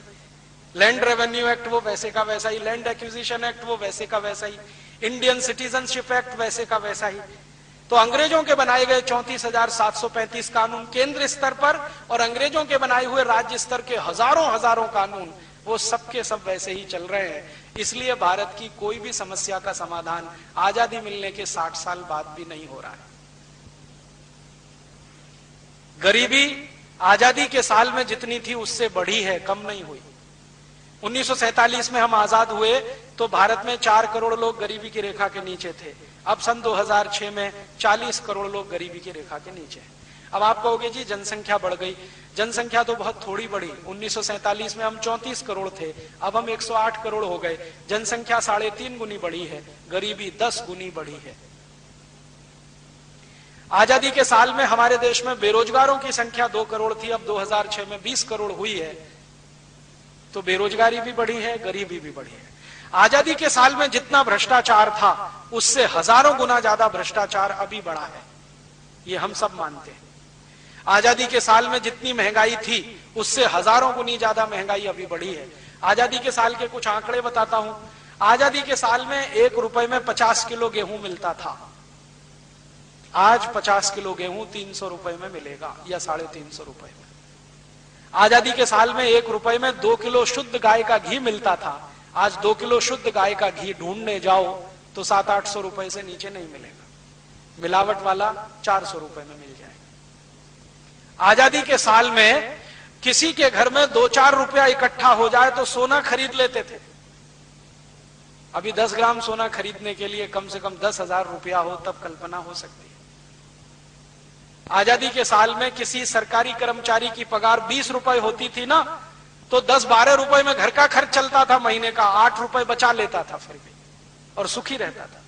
अब आजादी के 50-60 साल के बाद 10,000 रुपए महीने की पगार अगर मिल जाए तो भी उसका घर खर्च नहीं चलता। महंगाई बहुत बढ़ी, गरीबी बहुत बढ़ी, बेरोजगारी बहुत बढ़ी, भ्रष्टाचार बहुत बढ़ा। और आजादी के साल में भारत की सरकार बोलती है कि 33% भारत की जमीन का कुल जंगल था। अब आजादी के 60 साल के बाद 70% जमीन पर ही जंगल रह गया। 17%, माने लगभग आधे जंगल खत्म हो गए आजादी के बाद। ये सच्चाई के साथ कि भारत में इंडियन फॉरेस्ट एक्ट है, फिर भी जंगल साफ होते चले जा रहे हैं। फॉरेस्ट डिपार्टमेंट है जिस पर करोड़ों रुपए खर्च होते हैं हर साल पगार के, लेकिन जंगल बढ़ नहीं रहे, कम हो रहे हैं। आजादी के बाद पर्यावरण का प्रदूषण बढ़ा है। आजादी के बाद नदियों के पानी का प्रदूषण बढ़ा है। आजादी के साल में जो गंगा पावनी होती थी, जिसका गंगा जल पीकर आप अमृत मानते थे, आज उस गंगा कई स्थानों पर ऐसी हालत में है कि आप पानी छूने की हिम्मत न करें, नहाना तो दूर की बात है। गंगा को इतना मैला कर दिया। जमुना तो इतनी मैली हो गई है कि कीचड़ ही कीचड़ दिखाई देता है, पानी ही नहीं है जमुना में। नदियों का नाश हुआ है, समुद्रों का नाश हुआ है। आजादी के साल में भारत में लगभग 6.5 लाख तालाब और तलैया थे, आज आजादी के 60 साल के बाद उसमें आधे से ज्यादा बंद हो गए हैं, या सरकारों ने उनकी जमीन एक्वायर करके उन पे बिल्डिंगें बना दी, या लैंड माफिया वाले लोगों के हाथ में वो तालाब चले गए। किसी भी शहर में देखो, एक भी समस्या हल नहीं हो रही है, हर समस्या का बढ़ता ही जा रहा है स्वरूप और प्रारूप। तो शायद श्री राम जी जो विभीषण को कह रहे हैं कि देखो, सत्ता हस्तांतरण मात्र से किसी राज्य की समस्या का समाधान नहीं होता, व्यवस्था बदलनी चाहिए, तब राज्य की समस्याएं हल होती हैं। हम भारतवासियों ने श्री राम जी से अगर इतना ही सीख लिया होता कि सत्ता हस्तांतरण ही नहीं है, व्यवस्था भी बदलो, तो शायद भारत की समस्याओं का समाधान 60 साल में हो गया होता। और अब श्री राम जी की कथा पढ़ के बार बार मुझे ये स्पष्ट हो गया है कि भारत की कोई भी समस्या का समाधान करना है तो सत्ता बदलने से नहीं होगा, व्यवस्था बदलने से होगा। हम एक पार्टी को चुनकर लाएं, उसको हटाकर दूसरी को बिठाएं, दूसरी को हटाकर तीसरी को बिठाएं, तीसरी से चौथी को लाएं, कुछ होने वाला नहीं। बड़े बड़े महान लोगों को प्रधानमंत्री बनाएं, कुछ होने वाला नहीं। जब तक व्यवस्था नहीं बदलेगी, कितना ही अच्छा कोई प्रधानमंत्री आप बिठा दो, उसमें से कुछ निकलना नहीं है। क्योंकि ये मैंने नहीं कहा, लाखों साल पहले श्री राम जी बोलकर गए विभीषण को कि देखो यही होता है। तो अब राम राज्य की बात अगर हम करें कि राम का राज्य स्थापित करना है, तो पहला ही सूत्र शुरू होगा कि भारत का व्यवस्था परिवर्तन करना होगा, तब भारत में राम राज्य आएगा। नहीं तो ये रावण राज्य ही चलता जाएगा जो अंग्रेजों ने चलाया था, अब वही काले अंग्रेज चलाएंगे, इतना ही अंतर है। पहले गोरे अंग्रेज चलाते थे, अब काले अंग्रेज, रावण राज्य तो वही चल रहा है। अभी इसके बाद आखिर में मैं श्री राम जी की कथा के एक ऐसे अंश पे आता हूं जो बीच का अंश है, लेकिन मैंने जानबूझ के अंत के लिए रखा उसको। राम जी की कथा में एक स्थान पर ऐसा है कि जब वो वन चले गए और उनके पिताजी का स्वर्गवास हो गया, तो उनके छोटे भाई भरत राम जी के पास आए और उनको कहें कि चलो भाई वापस आपकी गद्दी आप संभालो, पिताजी का स्वर्गवास हो गया है। तो राम और भरत का संवाद है, और मेरा मानना यह है कि भारत की सभी राम कथाओं का सबसे केंद्रीय स्थान अगर कोई है तो राम भरत संवाद है। इसमें आप सब कुछ समझ सकते हैं, पूरी दुनिया, पूरा ब्रह्मांड, पूरी व्यवस्थाएं सब इसी में समाहित है। भरत राम का संवाद अगर रामचरितमानस में पढ़ना हो तो अयोध्या कांड में है, वाल्मीकि रामायण में पढ़ना हो वहां भी है, रघुवंशम जो कालिदास की सबसे सुंदरतम कृति है उसमें एक सर्ग है, 12वें नंबर का सर्ग, उसमें भरत राम संवाद है। और 12वें सर्ग का एक उपसर्ग है जिसको श्री कालिदास ने नाम दिया है कश्चित सर्ग। अद्भुत है, कंबन रामायण में बहुत विस्तार से है, कालिदास का रघुवंशम उसमें बहुत विस्तार से है, रामचरितमानस में थोड़ा संक्षेप में है, वाल्मीकि रामायण में भी थोड़ा विस्तार है। ये जो सर्ग है अद्भुत है। मैं मानता हूं राम कथा का इससे अच्छा कोई दूसरा वो नहीं है, हिस्सा नहीं है। इसमें राम को जब मिलने के लिए भरत आते हैं और बताते हैं पिताजी की मृत्यु हो गई है और राज्य को अब चलाना मेरे लिए तो मुश्किल है, आपको वापस चलना पड़ेगा। तो राम जी उनसे कई प्रश्न पूछ रहे हैं और वो सारे प्रश्न हमें बताते हैं कि राम राज्य कैसा होता है। और महात्मा गांधी ने इसी राम राज्य की बात कही है, राम राज्य है क्या। तो भरत आए, कुशल क्षेम पूछा, गले मिलकर रोए, वगैरह वगैरह सब हो गया। फिर शांति के साथ बैठे हैं भरत, और राम जी का पहला प्रश्न जो भरत को है वो ये कि भरत, तुम जिस राज्य से आए हो, अयोध्या का राज्य, तुम कहते हो वो राम का राज्य है, माने मेरा राज्य है, अर्थात राम राज्य है। तो मैं तुमसे पूछता हूं कि इस राज्य को चलाने के लिए तुम्हारी जो नीति, नियम, कायदे, कानून है, उनके बारे में कुछ प्रश्न करता हूं। तुम उनका उत्तर अगर हाँ में देते हो तो मैं मानूंगा कि वो राम राज्य है, और ना में दे रहे हो तो मैं नहीं मानता कि वो राम राज्य है। तो भरत कह रहे हैं आप प्रश्न पूछिए, जितनी मेरी हैसियत है, क्षमता है, मैं दूंगा। तो पहला ही प्रश्न श्री राम जी पूछ रहे हैं भरत से। वो पूछ रहे हैं कि क्या तुम अपने राज्य के आचार्यों का, वैद्यों का, गुरुओं का, पुरोहितों का और अग्रजों का ऐसा ही सम्मान करते हो जैसा मैं करता था?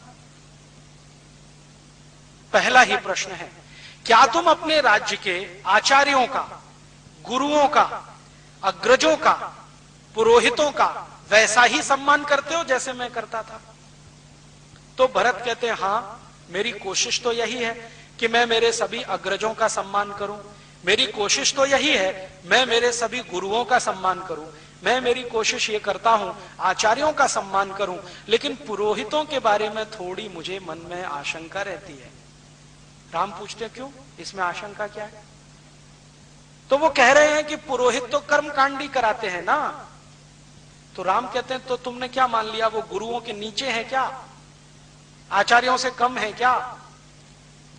तो कह रहे हैं कि मेरे मन में कभी कभी ऐसा प्रश्न आता है कि पुरोहितों को इतना ही सम्मान क्यों देना जितना आचार्यों को, जितना गुरुओं को, जितना उसको।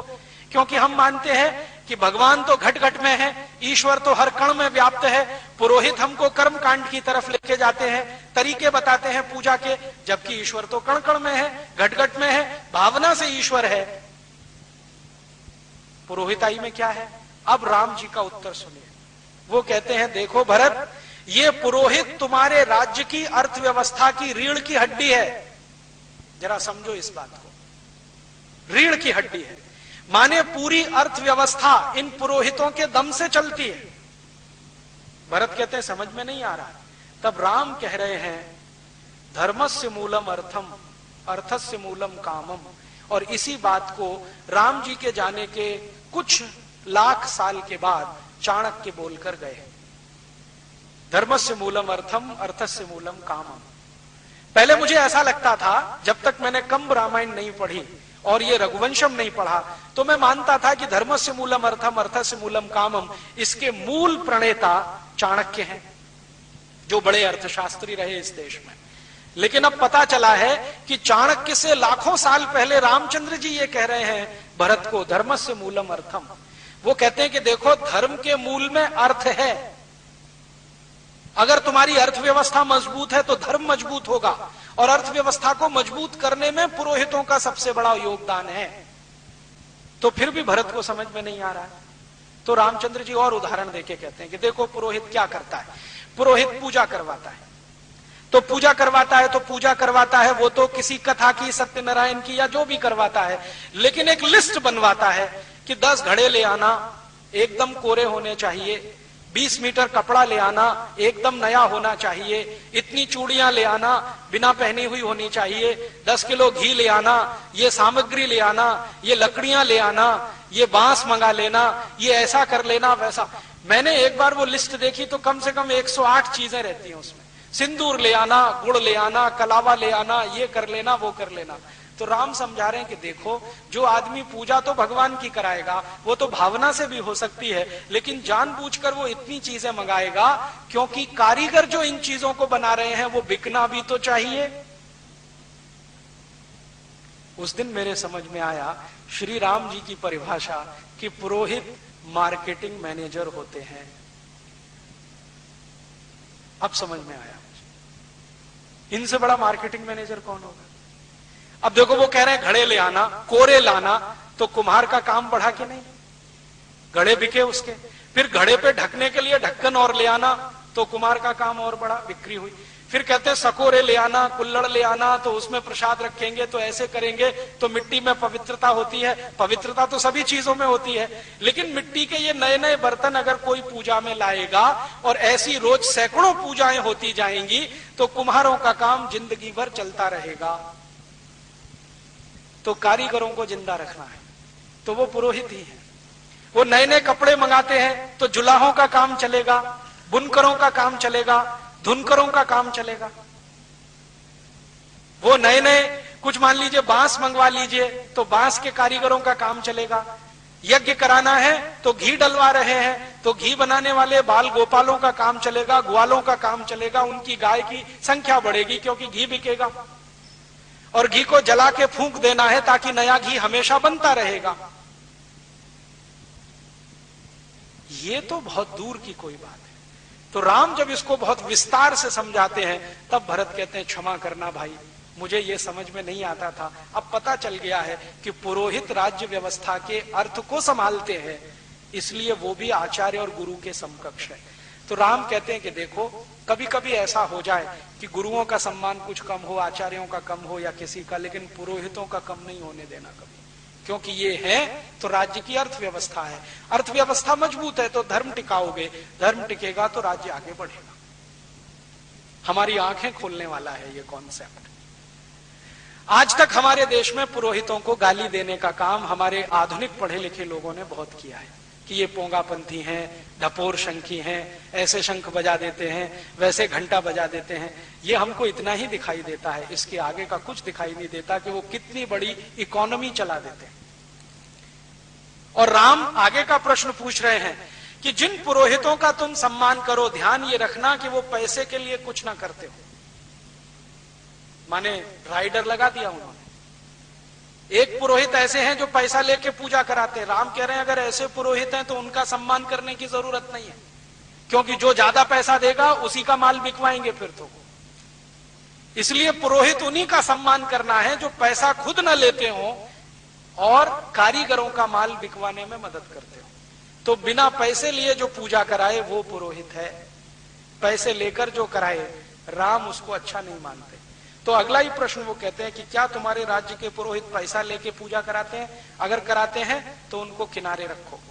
तो भरत कह रहे हैं कि हाँ, मैं अभी लौटकर ऐसी ही व्यवस्था करूंगा कि वो बिना पैसे की पूजा कराएं। तो राम कहते हैं कि पुरोहित को तो, अब वो पुरोहित के लिए कह रहे हैं, पुरोहित को तो जिस घर में पूजा करानी है वहां का पानी भी ग्रहण नहीं करना चाहिए, क्योंकि जो बड़ा काम वो करने जा रहा है अगर उस घर का पानी ही पीने लगे, खाना ही खाने लगे तो लालच भाव आएगा और वो अपनी पुरोहिताई से च्युत हो जाएगा। अब जरा इसको समझें थोड़े विस्तार में कि पुरोहित अगर पूजा करवाने वाले के घर खाना ना खाए, पानी ना पिए, अंग्रेजों ने इसी को प्रचार किया कि ये छुआछूत मचाते हैं, पानी भी नहीं पीते उसके घर का। मूर्ख अंग्रेजों को पता नहीं था कि वो श्री राम की कही हुई बात का पालन करते हैं, जिसके घर पूजा करानी है उसके घर पानी भी नहीं पीना, पानी कहीं और जाके पीना। अंग्रेजों ने इसको छुआछूत से जोड़ दिया और हिंदुस्तान के कुछ मूर्ख इतिहासकारों ने उस पर पुस्तकों की पुस्तकें लिख डाली कि ये तो छुआछूत मचाते हैं, ये तो गरीबों के घर का पानी नहीं पीते, ये तो नीची जाति और ऊंची जाति करते रहते। वो नीची ऊंची जाति का प्रश्न नहीं था, जिनके घर पूजा करानी है वो कोई भी जाति का हो, कोई भी संप्रदाय का हो, वहां पानी नहीं पीना है, भोजन ग्रहण नहीं करना है, दक्षिणा नहीं लेनी है, प्रसाद नहीं लेना है, ये श्री राम बोलकर गए, तो उनका पालन करते हैं। फिर आगे का प्रश्न वो पूछते हैं, भरत तुम सुबह ब्रह्म मुहूर्त में उठते हो? कहते हाँ उठता हूं। फिर वही काम करते हो जो मैं करता था? प्रजा के बीच में जाते हो, वहां जाके उनका दुख दर्द सुनते हो, उनका हालचाल लेके आते हो, लौट कर आकर अपने मंत्रिमंडल की मीटिंग बुला के उसमें बहस करते हो कि नहीं करते हो? तो भरत कहते हैं कि हाँ मैं नियमित रूप से करता हूं, लेकिन कोई कोई दिन प्रमाद आ जाता है और मैं सुबह नहीं उठ पाता हूं, क्योंकि मेरे पुराने कुछ संस्कार हैं जो नाना के यहां से आए हैं, तो उनके चलते कभी कभी होता है। तो राम कहते हैं कि ऐसे राजा को प्रमाद करना ठीक नहीं है। अब तुम राजा हो, सुबह ब्रह्म मुहूर्त में उठना और बिना किसी कॉमा फुल स्टॉप के अवरोध के राजा को प्रजा के बीच में जाना, दुख दर्द सुनना। तो वो कहते हैं कि तब तुम राम राज्य के अधिकारी हो। तो राम राज्य की परिभाषा है कि राजा हमेशा प्रजा के बीच में सुबह सुबह जाए। भारत का कौन सा प्रधानमंत्री जाता है कोई जो रोज प्रजा के बीच में जाए और उनका दुख दर्द सुन के आए? गलती से कभी हेलीकॉप्टर में बैठ के आ जाता है बाढ़ राहत का काम देखने के लिए, जो दिखाई नहीं देगा इतनी ऊंचाई से। हाँ, अभी मैंने सुना कि राजस्थान में 100 साल का रिकॉर्ड टूटा है बाढ़ का। तो यहाँ के जो राजा है ना, मुख्यमंत्री कहना चाहिए राजा, वो हेलीकॉप्टर में बैठ के ऐसे ऐसे स्थानों पर गए जहां बाढ़ ही नहीं आई थी। तो पत्रकार को पूछा गया, भाई तुम भी तो बैठे थे मुख्यमंत्री के साथ? तो उसने कहा बैठा तो था, तो तुमने क्यों नहीं बताया? तो उन्होंने कहा जो बताने के लिए कहा गया उतना ही बताया। तो क्यों गए थे ऐसे इलाके में? तो मजा करने के लिए गए, बाढ़ राहत तो दूर है। तो हमारे मंत्री महोदय, मुख्यमंत्री महोदय, प्रधानमंत्री महोदय, राज्यपाल महोदय प्रजा के बीच में तो नहीं जाते, उड़न खटोले पे बैठे रहते हैं, कहीं घूम टहल के चक्कर लगा के आ जाते हैं। बाढ़ राहत का काम होता रहता है, साल भर ऐसे ही चलता रहता है। राम कहते हैं कि राजा को हमेशा प्रजा के बीच में सुबह ब्रह्म मुहूर्त में उठ के जाना चाहिए। कौन प्रधानमंत्री ब्रह्म मुहूर्त में उठता है हिंदुस्तान का? पता नहीं कितने प्रधानमंत्री हैं जो रात भर दारू पीते हैं, सवेरे उठने का तो प्रश्न ही नहीं है। ब्रह्म मुहूर्त में कैसे जाएंगे लोगों के बीच में? कितने मुख्यमंत्री हैं जो दारू में ही डूबे रहते हैं। फिर वो आगे का प्रश्न पूछ रहे हैं कि तुम्हारे जो एडवाइजर हैं उनमें से किस पर भरोसा करते हो, जो पैसे लेकर काम करते हैं या जो अवैतनिक सेवाएं देते हैं? एडवाइजर दो तरह के, एक तो ऐसे जिनको आप पगार देते हैं राजा की तरफ से, एक ऐसे जो बिना पगार के। तो भरत कहते हैं कि मैं तो ज्यादा भरोसा उन पर करता हूं जो बिना पगार के होते हैं, तो उनका वही सही सलाह देंगे। जो तुमसे धन लेंगे, संपत्ति लेंगे, वो तुम्हारा मूड देखेंगे, तुम क्या चाहते हो वही बोलेंगे। तो आजकल तो हमारे देश में कोई प्रधानमंत्री अवैतनिक सलाहकार रखता नहीं है, सब वैतनिक सलाहकार हैं। मंत्रियों की सुविधाएं सभी सलाहकारों को हैं, तो प्रधानमंत्री को वो ऐसी ही सलाह देते हैं जो प्रधानमंत्री चाहते हैं, वैसे ही देश चलता रहता है। फिर राम जी आगे कह रहे हैं कि जब तुम मंत्रिमंडल की बैठक करते हो तो कोई मंत्री ऐसा तो नहीं कि जो अंदर की बातें बाहर जाके बोलता हो। तो भरत कह रहे हैं कि नहीं, मेरे राज्य में मंत्रिमंडल में तो कोई ऐसा नहीं है। तो राम कहते हैं ध्यान रखना, अगर मंत्रिमंडल की अंदर की बातें बाहर गई तो राज्य तुम्हारा टिकेगा नहीं। आज जरा देख लो, हमारे हिंदुस्तान में कैबिनेट की मीटिंग चल रही होती है, अंदर से कोई आ जाता है और न्यूज़पेपर वालों को बाइट दे के चला जाता है कि अंदर ये हो रहा है। फटाक से खबर अगले दिन हेडलाइंस में आ जाती है। फिर सब एक दूसरे पे आरोप लगाते हैं, खबर कहां से लीक हुई हमें नहीं मालूम जी। अभी वो देखा नटवर सिंह का केस, वो पाठक कमेटी की रिपोर्ट लीक हो गई, प्रधानमंत्री कहते हैं मैंने नहीं की, मंत्रिमंडल के लोग कहते हैं मैंने नहीं की, फिर वो कैसे गई लीक? तो राम कहते हैं कि अंदर के कोई फैसले बाहर लीक अगर होते हैं तो ऐसे मंत्रियों को रखना नहीं, तुरंत निकाल के बाहर करना। फिर आगे वो पूछते हैं कि तुम जब भी कोई योजना बनाते हो तो धन की व्यवस्था कैसे करते हो? क्या प्रजा के ऊपर नए टैक्स लगाते हो, नए कर लगाते हो, या अपने राज्य का फालतू खर्च कम करके उससे योजना बनाते हो? तो भरत कह रहे हैं कि मैं कोशिश करता हूं कि मेरे राज्य के फालतू खर्चे कम करूं और उसी से प्रजा के भलाई के काम करूं। नए टैक्स लगाने में मुझे विश्वास नहीं है, क्योंकि आप मानते हो कि ज्यादा टैक्स अच्छे नहीं है। तो राम कहते हैं टैक्स उतना ही की सरकार 12-13 टैक्स लेती थी, आजादी के 60 साल में अब 63 टैक्स हो चुके हैं और फिर भी वित्त मंत्री का पेट नहीं भरता। हर समय कहते हैं और टैक्स लाओ और टैक्स लाओ। हर दिन उनका स्टेटमेंट रहता है ज्यादा से ज्यादा लोगों को इनकम टैक्स के नेट में फंसाओ, ज्यादा से ज्यादा लोग। 7,50,000 करोड़ रुपए हम हर साल टैक्स में भरते हैं, फिर भी सरकार का पेट नहीं भरता। राम जी कहते हैं कि फालतू खर्चे कम करो, उससे प्रजा का विकास करो। आज की सरकार के 90% खर्चे फालतू खर्चे हैं, ये सरकार खुद कहती है। हमारी सरकार ने एक शब्द विकसित किया है, non planned expenditure, unplanned expenditure. ये सब फालतू खर्चे हैं। फालतू खर्चे माने प्रधानमंत्री की पगार, प्रधानमंत्री का वेतन, प्रधानमंत्री के मंत्रिमंडल का वेतन, राष्ट्रपति का, मुख्यमंत्रियों का, राज्यपालों का, सरकारी अधिकारियों का, कर्मचारियों का, जिससे विकास का कोई काम नहीं होता। यह है अनप्लान्ड एक्सपेंडिचर। हमारी सरकार के कुल खर्चे का 90% यही खर्चा है, मात्र 10% प्लान्ड एक्सपेंडिचर है।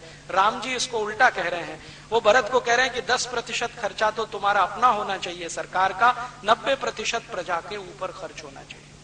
अब श्री राम जी की कल्पना में मैं बजट बना रहा हूं, राम राज्य का बजट, और अगले साल आपको उस पर बात करूंगा कैसा बजट होना चाहिए, जिसमें 10% खर्चा फालतू का हो, सरकार पर हो, 90% खर्चा विकास का हो, तो बजट कैसा होना चाहिए। और वो कह रहे हैं तो बजट तो होता ही होगा, ऐसा तो नहीं है कि उनके राज्य में बजट नहीं होता होगा। तब समझ में आएगा कि राम राज्य का बजट कैसा होता है।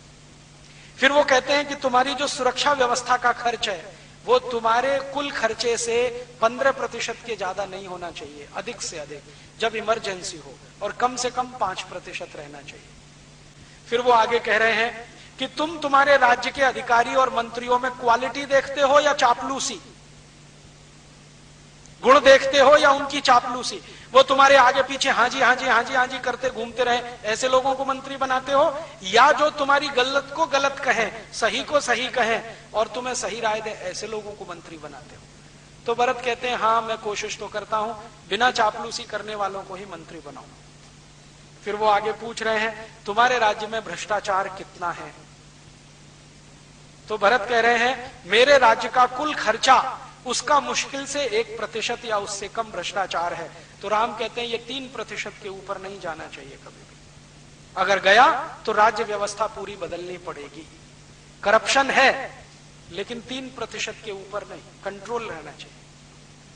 आज हमारे देश में कुल खर्चे का 70% करप्शन है आज की तारीख। फिर राम जी पूछ रहे हैं कि तुम्हारे राज्य में जो लोग चोरी करते हैं, अपराध करते हैं, बेईमानी करते हैं, उनको दंड देते हो कि नहीं?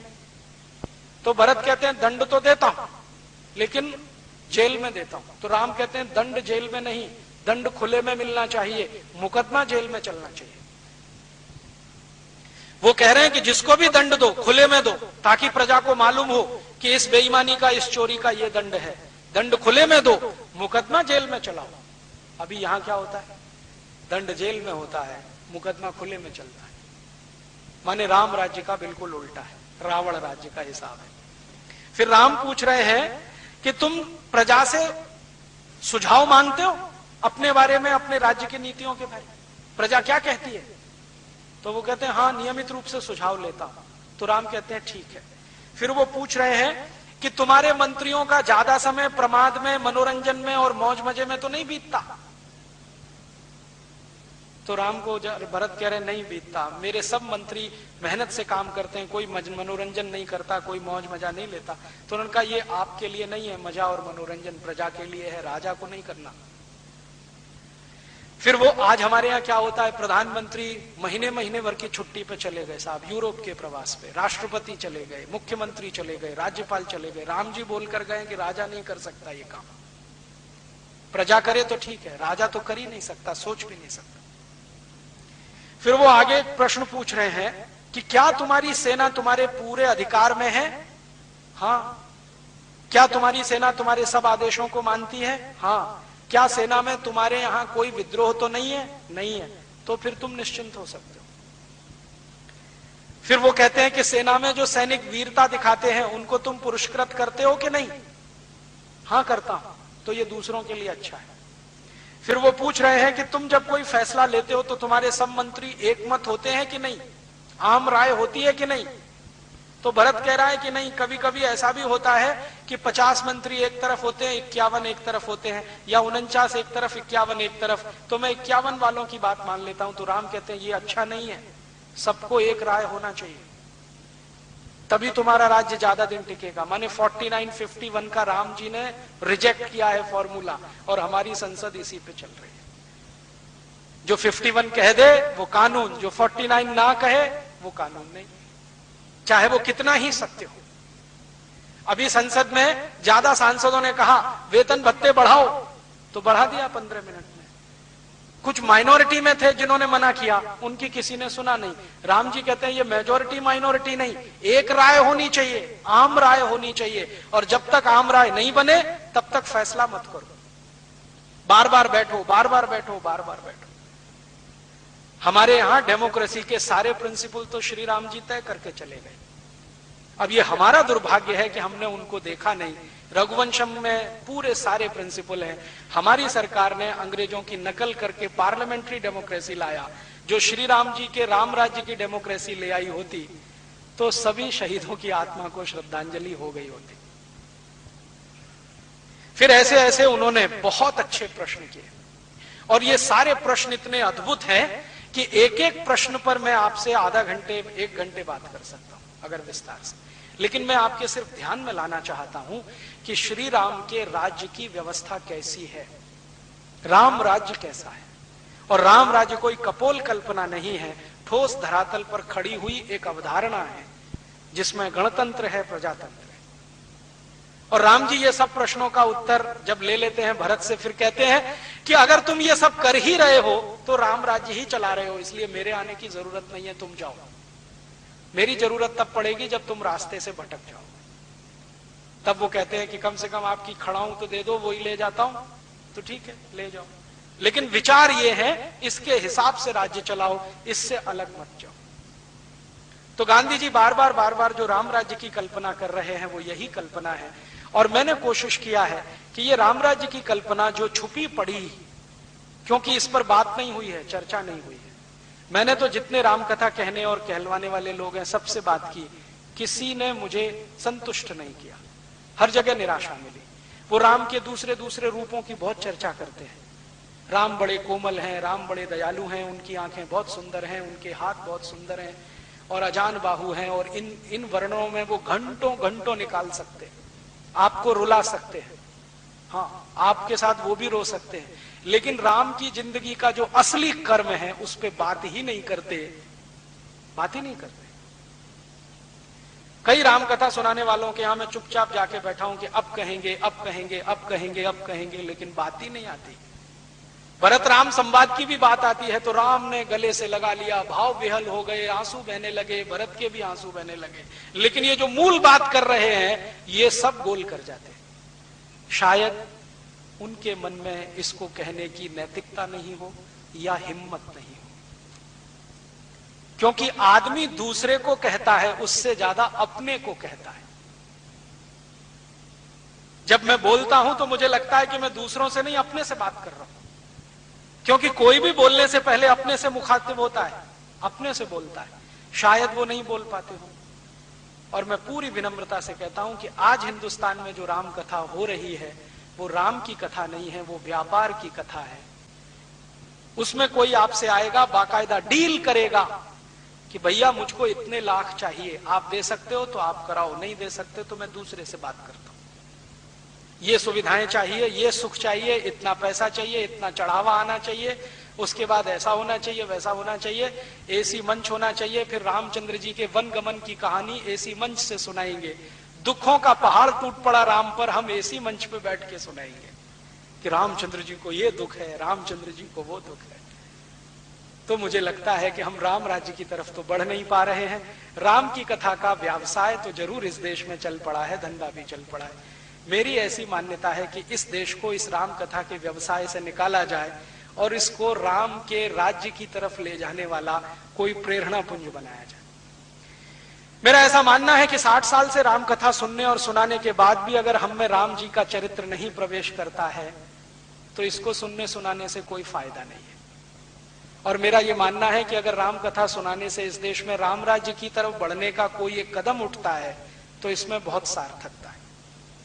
तो मैं राम जी की कथा को इस दृष्टि से देखता हूं कि भारत की आज की समस्याओं का समाधान करे ये, और इस देश में राम राज्य की स्थापना करे, तो जाकर इसकी सार्थकता सिद्ध हो। और शायद राम भी यही चाहते थे।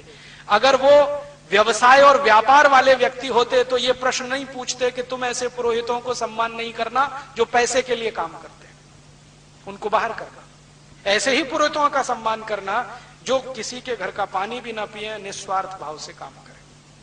राम आदर्श बने हैं, मर्यादा पुरुषोत्तम बने हैं तब जब उन्होंने महल छोड़ा है, सुख छोड़े हैं और अपनी सुविधाएं छोड़ी हैं, साधारण व्यक्ति के कष्टों को रहकर जीकर अनुभव किया है, और उनके बीच में से ऐसे ऐसे लोगों को तपस्वी बनाकर खड़ा किया है जिन्होंने चक्रवर्तित्व पद संभाला है, तब वो मर्यादा पुरुषोत्तम बने।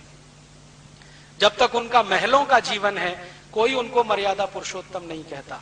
महल छोड़कर वन में चले गए हैं और आदर्श की स्थापना करने में लगे हुए हैं, तब वो मर्यादा पुरुषोत्तम बने हैं।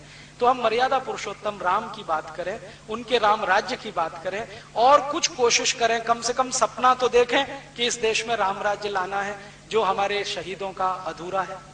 गांधी जी तो कहते थे कि आजादी के बाद कुछ करना है तो राम राज्य ही लाना है। तो मैं मानता हूं कि हम सब मिलकर अगर इस राम राज्य को लाने में थोड़ा भी लग जाएं तो कोई मुश्किल नहीं है कि अगले 3, 4, 5 वर्षों में ये राम राज्य नहीं आ जाएगा। और इस देश के हर नेता से, प्रधानमंत्री से, मुख्यमंत्री से, राज्यपाल से एक ही प्रश्न पूछे, तुम राम राज्य के लिए कर क्या रहे हो? राम जी कहते हैं कि 10% खर्चा फालतू, 90% विकास का तुम कर रहे हो। नहीं कर रहे हो तो छोड़ दो कुर्सी, हम किसी ऐसे को लाएंगे जो राम राज्य स्थापित करने में मदद करेंगे। तो मैं मानता हूं कि इसको एक अभियान के रूप में चलाना है। हम लोग कोशिश कर रहे हैं एक स्वदेशी अभियान इस देश में चलाने की, लेकिन एक अभियान ऐसा भी चले जो राम राज्य की स्थापना इस देश में कराए। ऐसी भावना के साथ आपको सबको धन्यवाद देता हूं। राम जी की आखिरी बात कहते हुए खत्म करता हूं, जो कभी भूलिए मत। जब विभीषण को राम जी राजा बना रहे हैं और सोने की लंका विभीषण को सौंप कर जा रहे हैं, तो विभीषण उनको कहते हैं कि आप यहीं रह सकते हैं, मैं आपके नीचे काम कर सकता हूं, कोई मुझे तकलीफ नहीं है, आप सम्राट रहें, राजा रहें, मैं आपके नीचे रहूं। तब राम जी कहते हैं जननी जन्मभूमश्च स्वर्गादपि गरीयसी, कि मेरी जो मातृभूमि है वो स्वर्ग से भी महान है, इसलिए मुझे लौटना तो मातृभूमि में है। तुम्हारी ये सोने की लंका तुमको मुबारक है, मेरे लिए तो ये मिट्टी के समान है, मेरी तो मातृभूमि स्वर्ग से भी महान है। ये बात हम कभी ना भूलें। श्री राम जी की ये बात हमारे हृदय में रहे कि हमारी मातृभूमि स्वर्ग से भी महान है। अमेरिका, यूरोप, चाहे जितनी बड़ी सोने की लंकाएं हों, वो हमारे लिए मिट्टी की धूल के बराबर हैं। अगर ये बात हमको समझ में आ जाए श्री राम जी की, तो हिंदुस्तान से गए हुए 2 करोड़ एनआरआईज एक क्षण में अमेरिका, यूरोप छोड़ देंगे और उनकी बुद्धि और पैसे का सारा उपयोग इस देश के विकास के लिए हो जाएगा और ये देश सच में सोने की चिड़िया बन जाएगा। ऐसी भावना के साथ आप सबको प्रणाम करता हूं और श्री राम आपको ऐसी प्रेरणा दें कि हम सब मिलकर उनके राज्य की स्थापना करने में लग जाएं। भावना के साथ आप सबका आभार, बहुत धन्यवाद। कल शाम को इसी स्थान पर 7 बजे मैं एक व्याख्यान और देने वाला हूं, भारत और यूरोप, भारत की सभ्यता, यूरोप की सभ्यता, भारत की संस्कृति, यूरोप की संस्कृति, दोनों में क्या अंतर है, दोनों की भिन्नताएं क्या हैं। हम उनकी नकल नहीं कर सकते, वो हमारी नकल नहीं कर सकते, करेंगे तो दोनों डूब जाएंगे। इसलिए हर देश की सभ्यता और संस्कृति विशिष्ट होती है। तो भारत की संस्कृति की क्या विशेषताएं हैं, सभ्यता की क्या महानताएं हैं, यूरोप की क्या विशेषताएं हैं, दोनों ठीक से समझें, फिर कौन सा हमारे लिए अनुकरणीय है उस रास्ते पर चले। क्योंकि आज पढ़े लिखे लोगों ने अंधभक्ति दिखाना शुरू किया है अमेरिका और यूरोप का, बिना सोचे सोचे उनकी सभ्यता के गुण गाना शुरू किया है। मुझे लगता है कि एक बार हम उनको ठीक से समझ लें और समझ बन गई तो क्या छोड़ना है क्या रखना है वो हम तय कर पाएंगे। कल शाम को 7 बजे यही व्याख्यान होगा, इसी स्थान पर होगा। आप आएं और अपने साथ अपने इष्ट मित्रों को भी लाएं, ऐसी भावना है। हम लोग सारे देश में ये अभियान चलाते हैं। इस अभियान के लिए बहुत सारा साहित्य हमने प्रकाशित किया है, बाहर एक स्टॉल पर लगा हुआ है, आप लेंगे तो हमें खुशी होगी, क्योंकि वो साहित्य की बिक्री से जो पैसा आता है उसी से ये सारे काम में हम लगे रहते हैं। धन्यवाद।